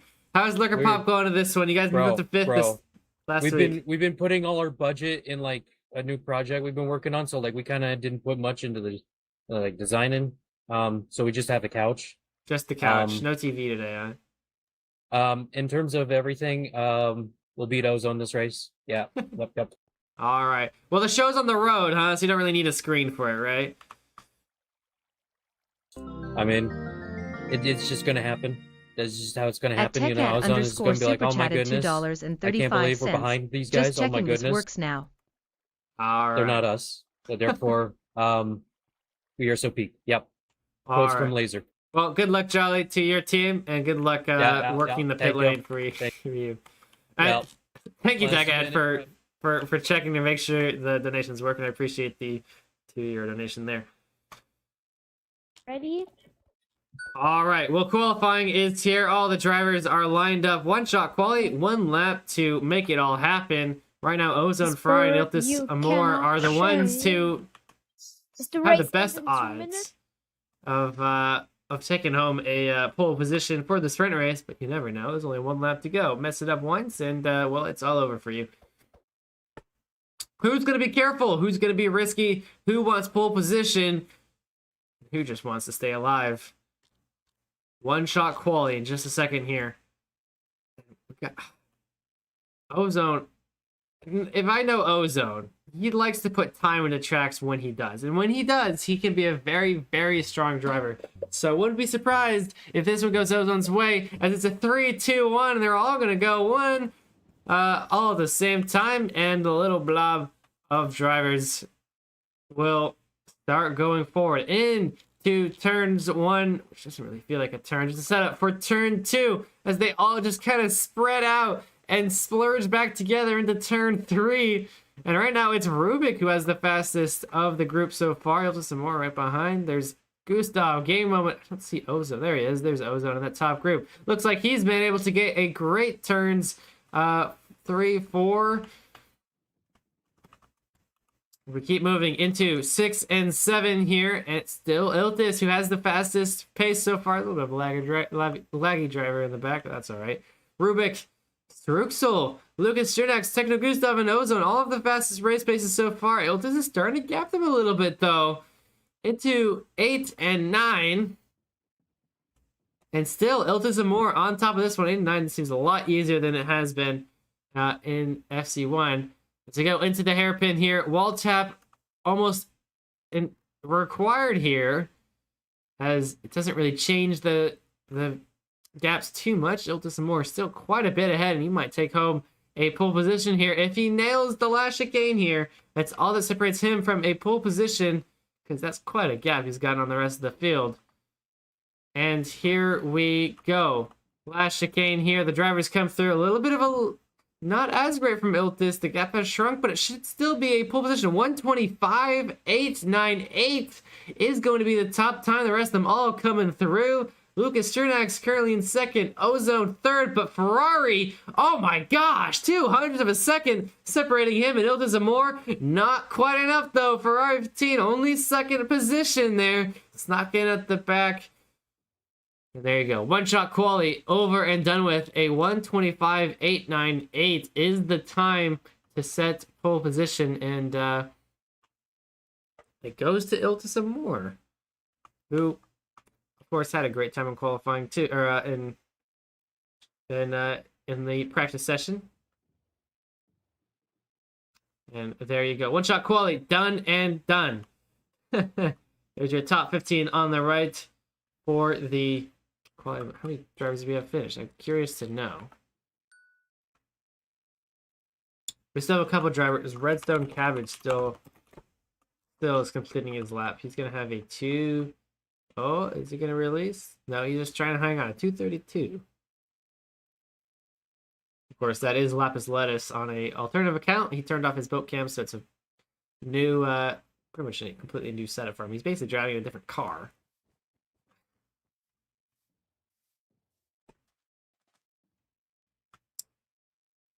Well, there you go. Qualifying over and done with. Now we have Iltis on top in pole position here. Do we know? Does anybody in chat have a guess who's gonna win this race later on today? Is it Iltis's? Is it Ferrari's?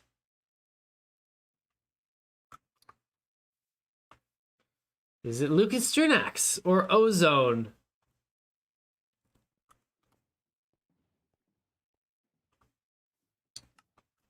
That one.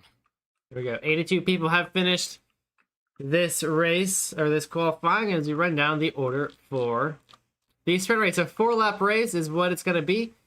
And then we'll move on to the 25-lap race, depending on the results of this one. Like Gold mentioned in FC1, it's kind of like a red flag. You do a 4-lap race, then you stop, then you restart.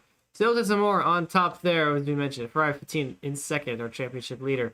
Lucas Strinax, then Ozone in the next row.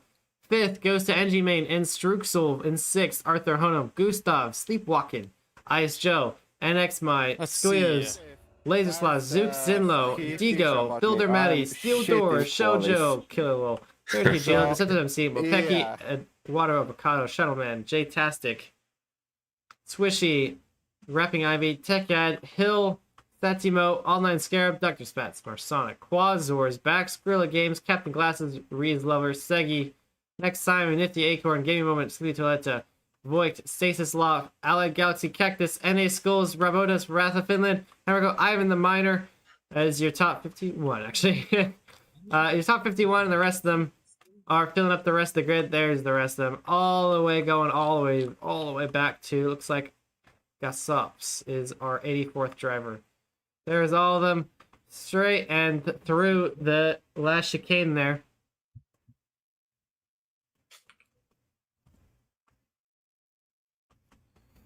All right. They're all loaded up and ready to go. Iltis and Moore is going to lead us off to turn 1 for the sprint race. It's only a matter of time. We saw some quite some action going on in Guys, if you first, let Techno Gustav through, I'm gonna pay you big money. I'm gonna pay you big money if you let Techno Gustav through. Thank you very much. Alessandro, you want to explain? I am not, how can I say this? I am not bribing them. I am just encouraging them a lot to let Gustav through. Ah. It's not bribery, obviously, because bribery is illegal, and that's very bad, kids. Also, hi, Sweats. You're not invisible. All right, well, cool. I'm not here. There's Gustav right there. It's a 5, 4, 3, 2, 1, and Iltis Amor leads us off with Ferrari 15 right behind Tim. And they will go through turn 1 and 2. Very, very big gaps for this front group. Have already separated themselves from the rest of them. Gustav having a great start into 4th here already. Rest of them coming through pretty clean so far. It's a very, very wide track, so not too much bumping on going on. Though I will say in turn 1, there are some chaos. Elvin the Miner getting past a couple positions. They're already up 10 spots there for him. There's Simon not having a great start. Rubik also not having a good start either. Getting bumped and bumped and bumped as they continue to just fight through turn 1. Very much a struggle for the rest of this crew here. Iltis Moore still leading us off. He's actually gapped quite a lot compared to Lucas Strinax and First Team, who are battling for 2nd right now in this sprint race.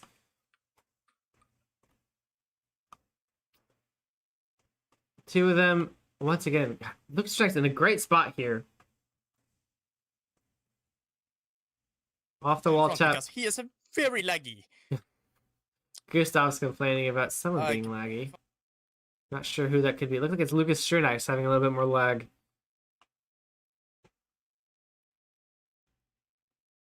As they continue downwards, down to the last chicane here. And Lucas Strinax having a better turn sequence right there, actually. Though he's still having lag problems. And I think Gustav's on the radio talking about it's not that bad. P7. It's not that bad for him to be complaining about it, but perhaps when we get closer, it might be an issue for Gustav. As he managed to beat out Arthur Honum. Arthur scripting on turn 3, and there is a little bit of lag going on, so perhaps it's not just Lucas Strinax having the lag problems. It might be a lot of other people as well. And yeah, Gustav still stuck behind these two drivers here. Looks like Ferrari F15 has managed to gap away from Lucas Strinax just a little bit by just a little bit less than a second here, and he's going to start chasing down Iltis more. He's already started to do so. He's only a second behind now. No DRS to be used to try and pass Iltis, but well, there's one thing better than passing somebody with DRS. It's passing somebody when they bump into a back marker, and surely by the end of this race, there'll be a little bit of back marker action by the end of the sprint race.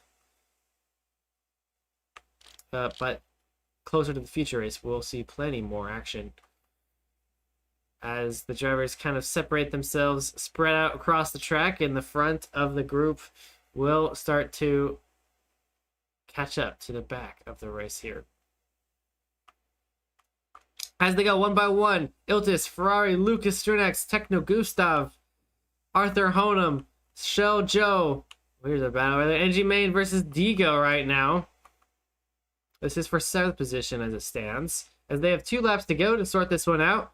Right now it's going Engine's Main's way, but a much better turn 2 puts Digo slightly ahead. No chance, no fun. It's hoping for Digo to win this one, as we're watching him trying to get past NG Main. It's working well so far for him. There is the first of the back markers. I think they're going to see a bunch more. Yes, they are. Back markers are starting to get in the way here. Gustav starting to separate more from Lucas Strinax. Not having the same amount of pace as him. These two still going at it. Dio and NG Main. Side by side. There is a laggy driver, so you better watch out on the straight here. There you go. Yeah, I think he just now disconnected. Didn't cause too many issues. But NG Main having a better hairpin there, getting him just ahead of Digo. But only just. They got one more lap to go and chicane. As we go into said chicane. Much earlier entrance for NG Main. It might be a lot better as Digo has to overcorrect quite a bit there on the exit. On the exit of the last corner there, bringing that gap to a much more reasonable amount for NG Main to start to pull ahead of Digo. Behind him, NX My. And I think we had an error. I think that's Ferrari Ferrari 15. Must have had a bump. He's dropped a couple positions into 4th now. Might lose another to Arthur Honum. No. Yes. Holy shit. Gustav getting past Lucas Strinax as well. And that puts Gustav all the way up into 2nd now. Gotta watch out for these backmarkers though. They're starting to get in the way. Inside. Bang. Ka-chow. Me. Gustav having a good time here, getting past these backmarkers as he fights for Lucas Strinax for 2nd position here. Off the wall tap. As they got Vale Porter ahead.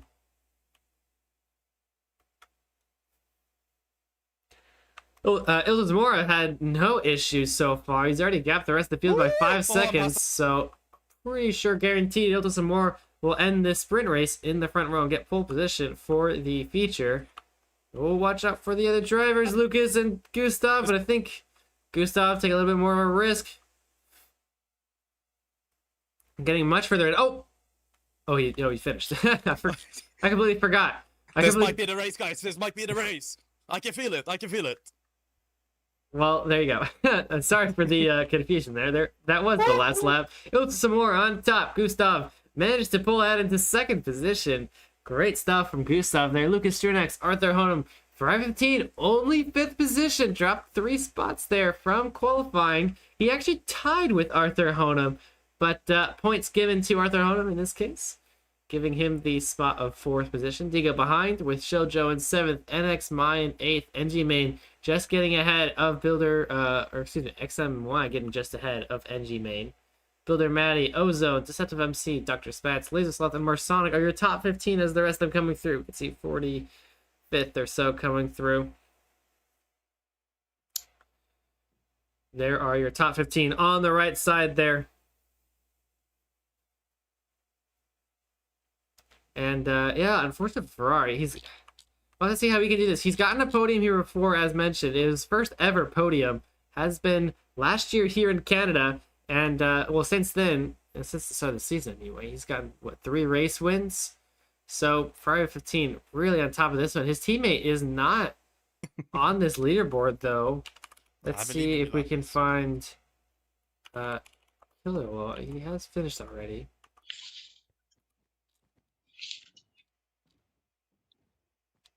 Oh.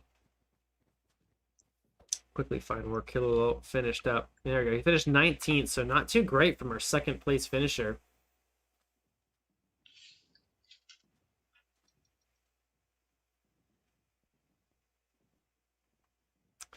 As we move on to our feature race, don't go anywhere. That's not the end of racing. We have the big race to come as we will hopefully just a second load up the grid there. And there you go. 84 people have finished this race.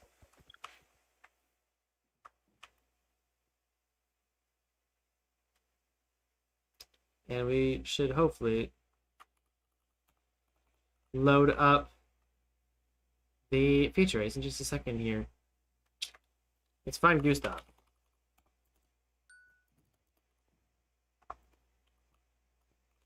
Gustav!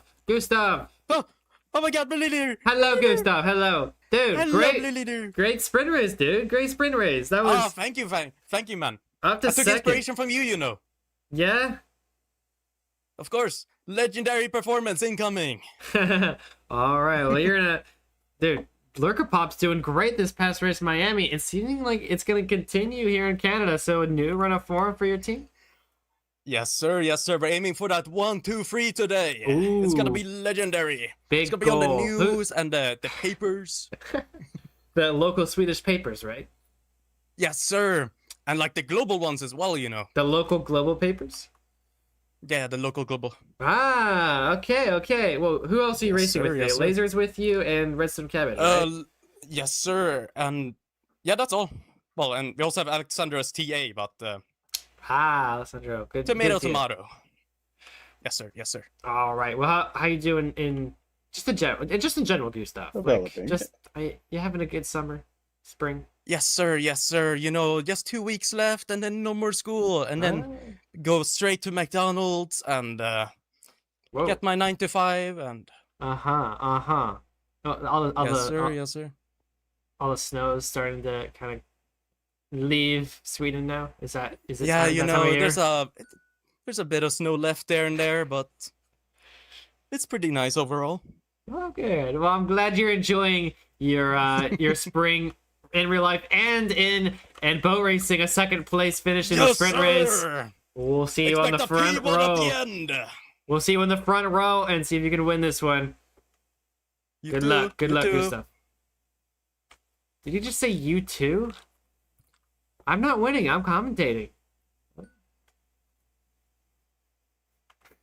You talking about? It's not racing. Well, whatever. All right, it's feature race time. 14 laps, 2 pits, and that much time away from deciding a winner for the Canadian Grand Prix. Il Zamora, as mentioned, is on pole position with Gustav. We talked with him about his summer. In second spot, Lucas Trunex in the second row with Arthur Honan behind him. Third row, for F15, had another bad, not up to par, I guess, sprint race for him. Digo behind him.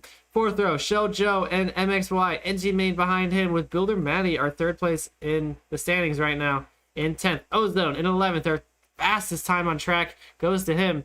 The Septum C behind him. Dr. Spats, Laser Sloth, Marsonic, Rapping Ivy, Sleepwalking had 1 race win so far this season. 17th for him. Mopeki, Kilo, the second half of the Foxrari duo. Ice Joe, 32 Gilo, Quazor, Hill in 22nd, Shuttleman in 24th, Nifty Acorn, Zook Zinlo, Struxel, Reese Lover, Swishy, Ivan the Miner had a great race, up 20 positions since his last, since the start of the qualifying. Rubik, Techhead, Banamente, Allied Galaxy, Soyuz, Philippos, Hamarocos, Moloko, Cactus, Timo, Gaming Moment, Satimo, Scooby Toiletta, Brecky's back for another race, Online Scarab, Vidor, J-Tastics, Next Simon, NA Skulls, and Voigt is your top 50, as we will run through the rest of them coming through. And there's a Italian name. Barely. States is a lot. Lucid, X Harry's, Luke Dexter Boys, there's Redstone Cabbage, the other of the McLurkin guys. Thundershot, Crypty, Halium, Little Player, Eternal Wind, Praetor, Punnings, and Mr. Splat in the very, very, very, very back at 87th. And there you go. There is the full grid. And we are ready to go for our feature race. 14 laps, 2 pits will separate the our time here to our race winner. Will it be Gustav? Will it be Iltis? Will it be Ferrari? Will it be Lucas, Arthur Honum, Digo, Shell Joe? Put your name in chat. We didn't do a poll because I'm too lazy and I forgot. So put it in chat instead because I want to know. It's a 5, 4, 3, 2, 1. It's lights out, foot's the floor. Here comes Iltis and Gustav from our front row going to turn 1. It's pretty easy so far to survive into turns 1 and 2 for these front runners. But if you go wide, it's a problem. There's Diego going way too wide, and he's gonna get stuck behind. I believe that's Shell Joe losing more positions. Laser Sloth, an amazing start, up to 5th for him already. In the opening turns, great stuff from him. Gustav is starting to get right behind it. Iltis some more. Might be an opportunity for him to do so. And yeah, he's getting real close to him, so this could be an overtake inbound. What he's saying in chat there. He has communication with his team advisor, Alessandro Demore, and he is talking with him as he goes through these turns here. Although he's very quiet now. He's focused up, ready to try and get the pace on. Iltis some more for the front of this race. As we go into the hairpin.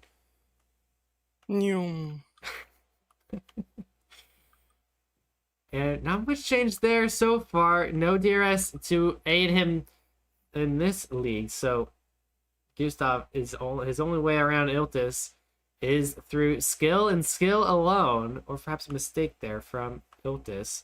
So going to last chicane a little bit better. Oh, and it's gonna cost Gustav. He does get bumped. Lucas Trunex gets through, and that's a position for Lucas Trunex. And we have perhaps another challenger for Gustav. That's Shell Joe, who had a bump very early on, has moved up to 4th position. And I think we had an issue. Oh, it's Laser Sloth, who has entered the pit from the first lap. Really bold strategy. He might be going for a big man strat, is what it's called.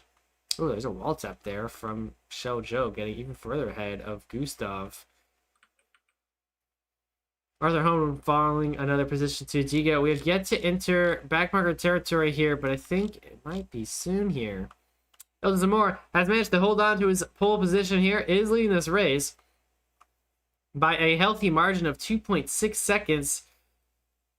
So he will carry on, and they go one by one. You can see all of them keeping through. Not too much action in this front group behind a Builder Maddie and Dr. Spats.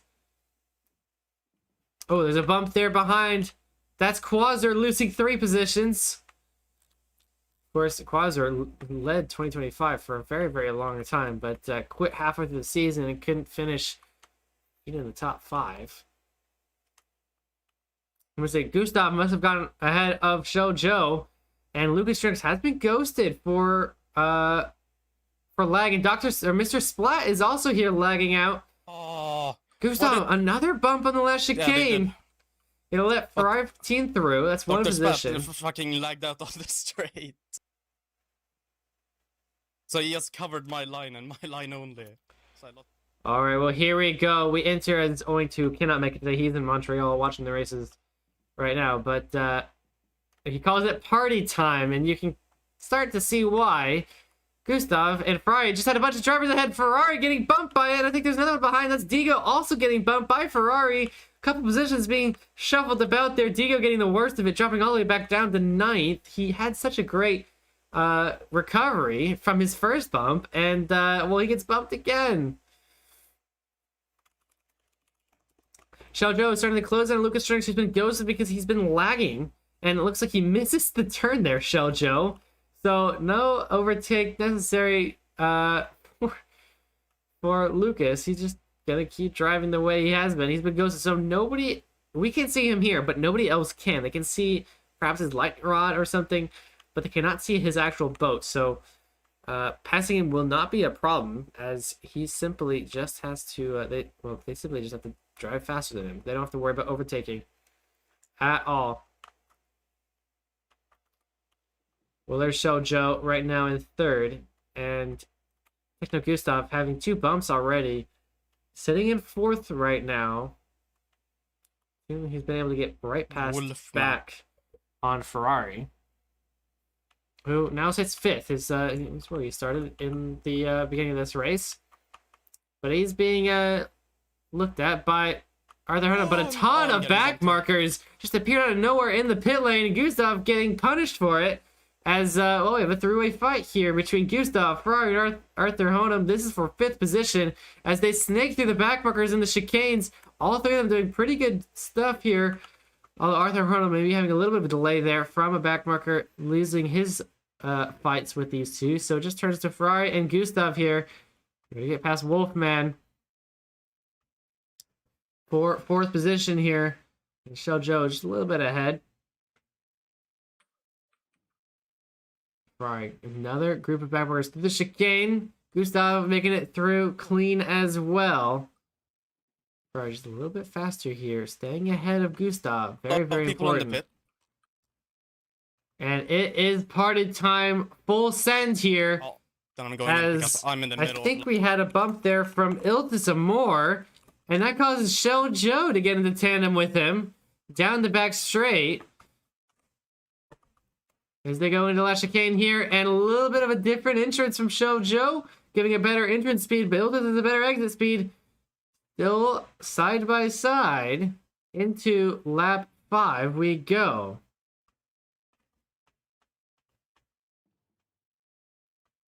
And actually, one of those back markers ahead is Quasar himself, weirdly on a different pit strategy.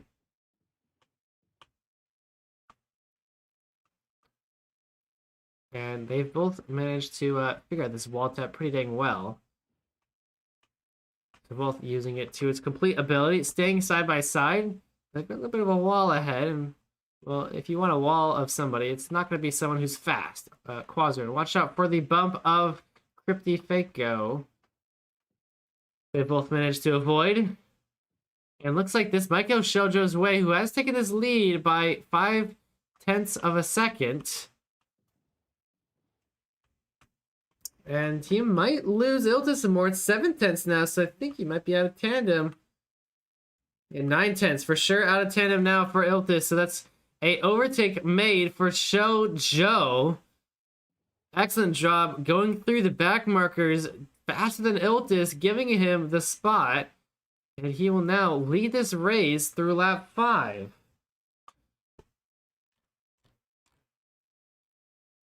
In the last chicane. Got one more back marker before this pack kind of clears up. And there you go. Jojo, a little bit of clean air. Bad news for Iltis that he has clean air. So he might get a couple drivers up ahead. Yeah, you speak too soon, and suddenly there's a ton more. So just a couple straights worth. And suddenly, yeah, there you go. There's next Simon and Vela Potter right ahead with 3 more on the way. And there you go. He gets past 3 of them, but he does get bumped. He gets bumped by 1 of them, and I think Iltis is just too far behind to make a move. Unfortunately, yeah. Appears to be so. Let's look at what Ozone's up to right now. Currently sitting 5th position, and Builder Matty is the one ahead of him. You can see him up there on the dark blue.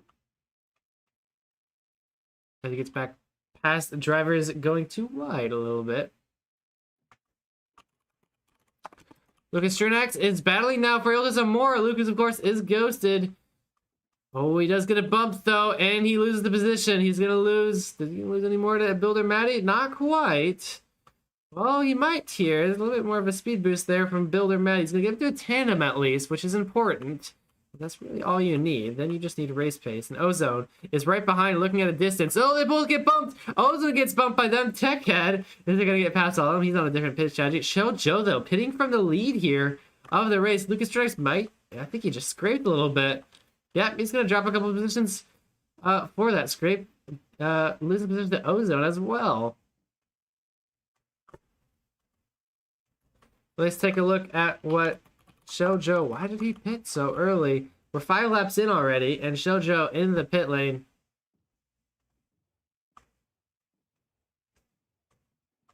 We're not sure for now, but whoever it is, Iltis Amor is ahead, and he will. It must be this group of backmarkers, which Iltis is having problems getting around them.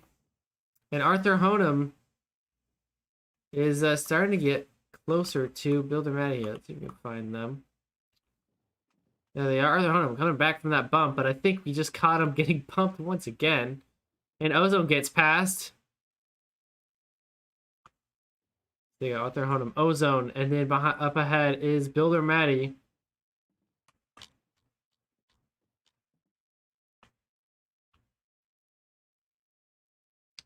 We're going to turn 6 and 7 here. Ozone starting to get dangerously close to overtaking Builder Matty here. And oh, there's a bump there. So yes, it does happen. Ozone managed to see the gap there, getting past Builder Matty. Arthur Honum does the same. And the positions shuffle once again. Right now the leader is Iltis Amor, then Ozone, Arthur Honum. Of course, we did have Shoujo pit pretty early on. Let's take a look at where Shoujo ended up. He is stuck behind Zook, Zinlo, and Killer Lol. Who, Killer shall be on 2 laps already, but not someone you want to be behind. He's a very tricky driver to overtake. As he goes through, does get bumped there, Shoujo. Baddies from Dr. Spats is pitting from 5th. Might experience similar things. And, uh-oh, there's a big... Oh, what was that? There's a big block of bedrock that just blocked Shoujo from entering the pit lane. And I'm not really sure what happened there, but that was quite bizarre. It lost him quite a bit of time there.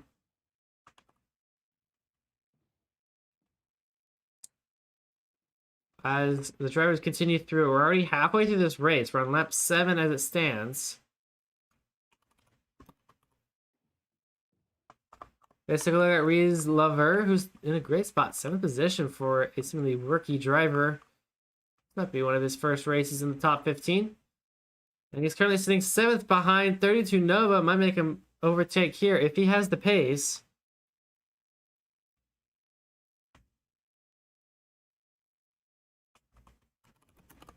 But also, Arthur Honum is also having mistakes. He lost position to Builder Matty already, and this might be chased down by Swishy here behind him. Perhaps not quite. Swishy had a similar thing, and he does get bumped there. Swishy, he's going to lose position 3rd to Nova and Reese Lover. And Killer, 3 positions lost for that one for Swishy. Not good news for him. Give the time to pit if he chooses to. Builder Matty, or excuse me, Iltis Amor also going to the pits, perhaps to hold off championship leader. Where did he go? Ferrari 15th, 13th there. Right now, the current, think about where he ends up. He's exiting the pit lane now. He wants to get actually it's Lasersloth now, who's going to be the leader of the 1 pit gang. The first, but I think he's been quickly overtaken. That Iltis coming out now. He does get bumped there, Iltis, right on exit. And how far ahead is he from Laser? Quite a ways, isn't it? It doesn't look like it's too much of an issue for Iltis Amor to worry about Laser as it stands, as he's about 4 seconds ahead of Laser. You see where Laser's at right now. There he is, battling against Moloko. On a different pit strategy. Laser might have a shot at a podium here if he can catch up to Iltis. He's only 4 seconds behind the previous race leader. So paces like this could earn him a podium that he hasn't seen in a long time here in Formula Craft. Since his championship days where he won 2 back-to-back FC1 championships.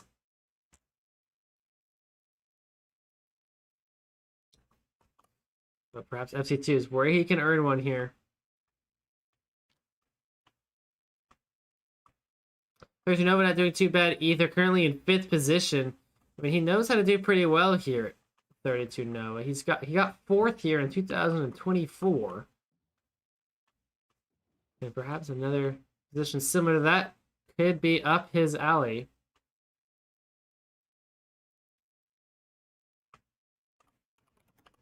I think Arthur Honum had a bump there, and I seen her top there. A vengeful spirit of the groundhog, and uh-oh.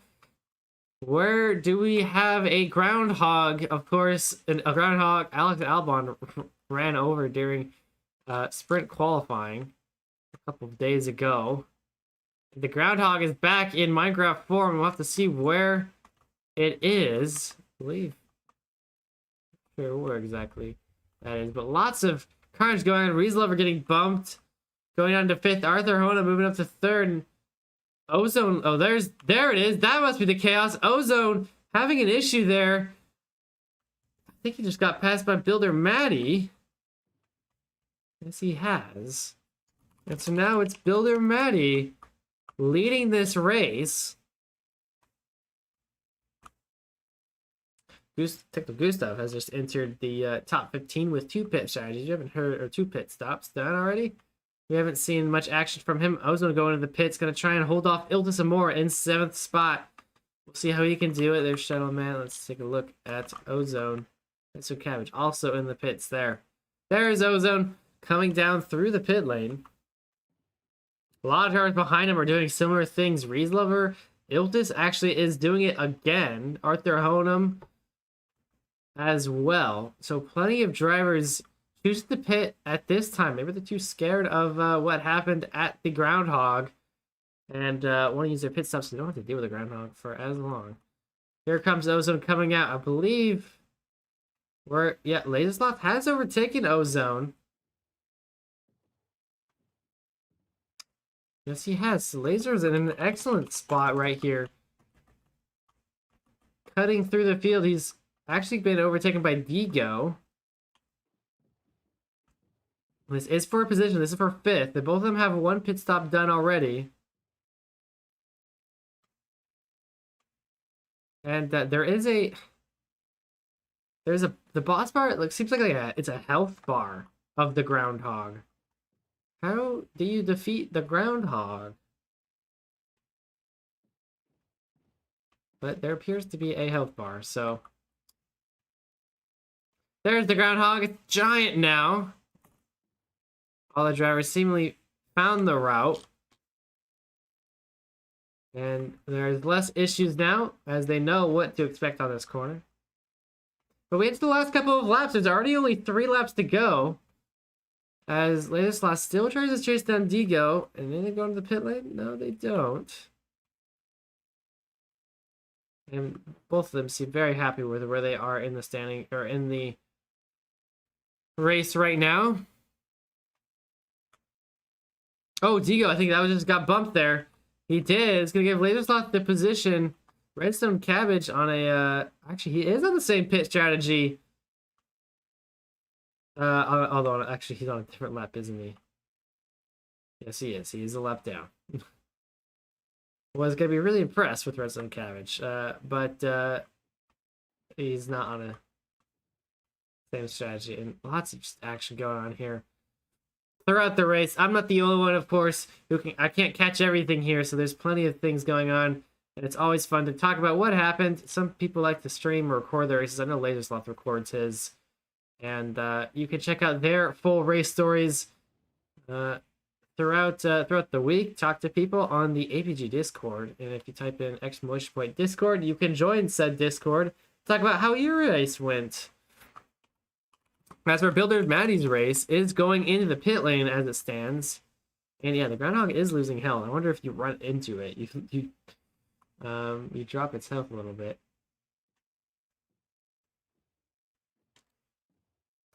So Builder Maddie in the pit lane now. He's still ahead of like Lasersloth, who is also going into the pit lane.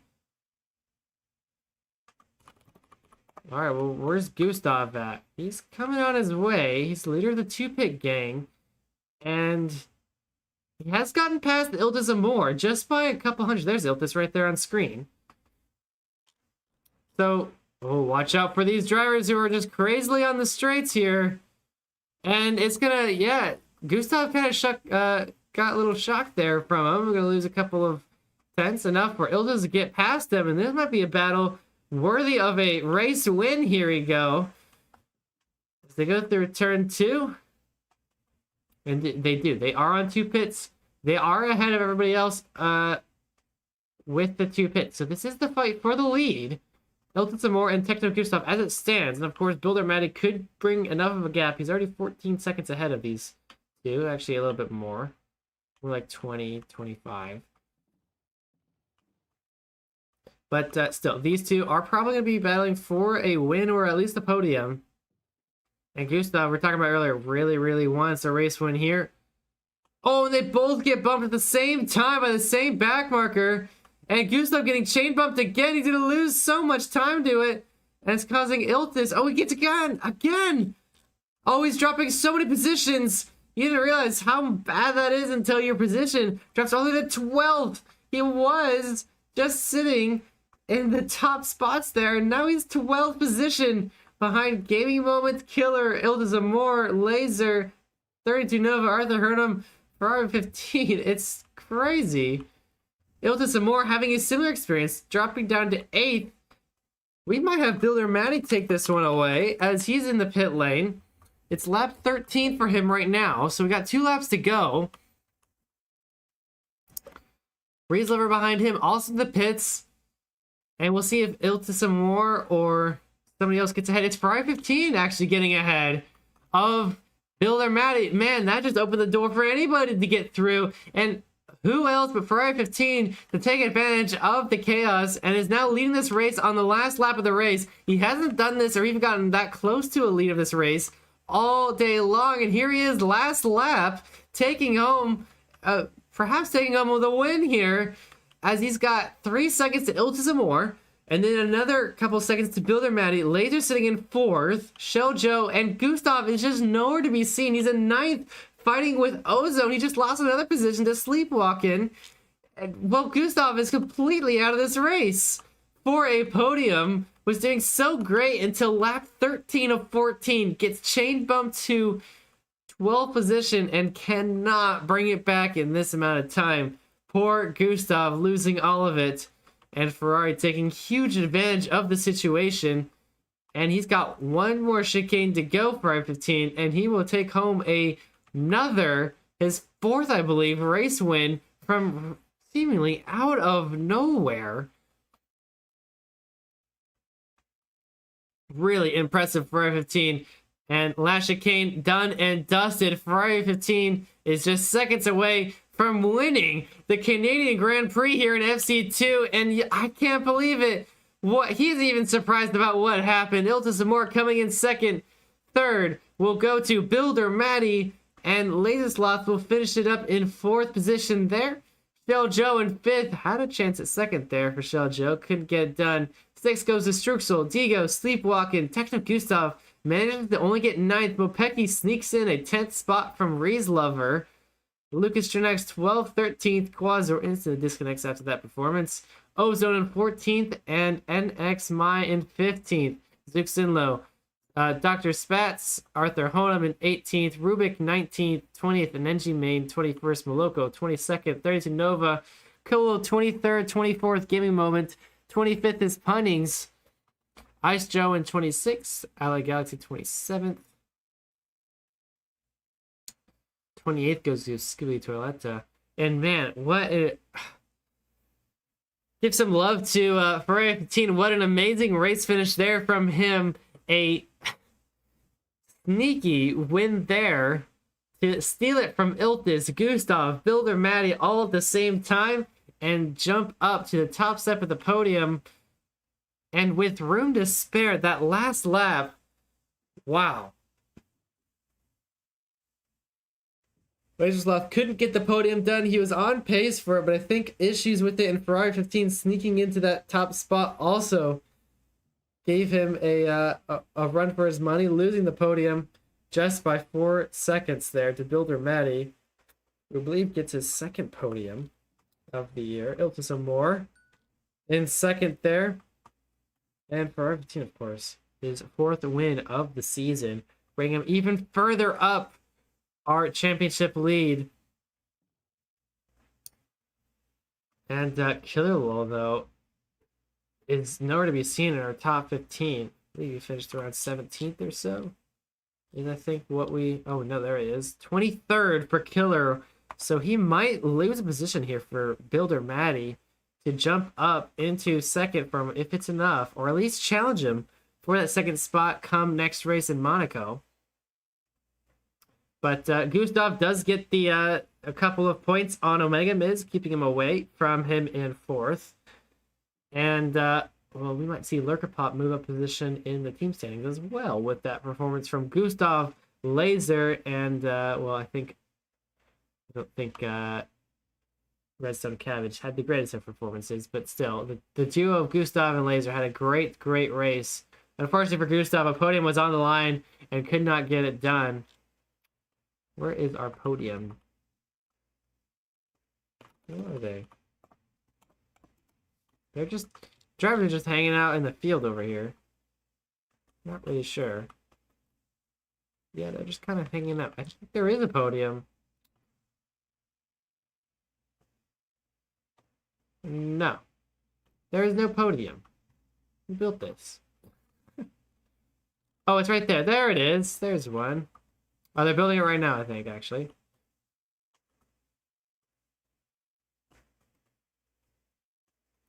Well, we got 15 seconds before the rest of the racers finish. We got 66 coming through.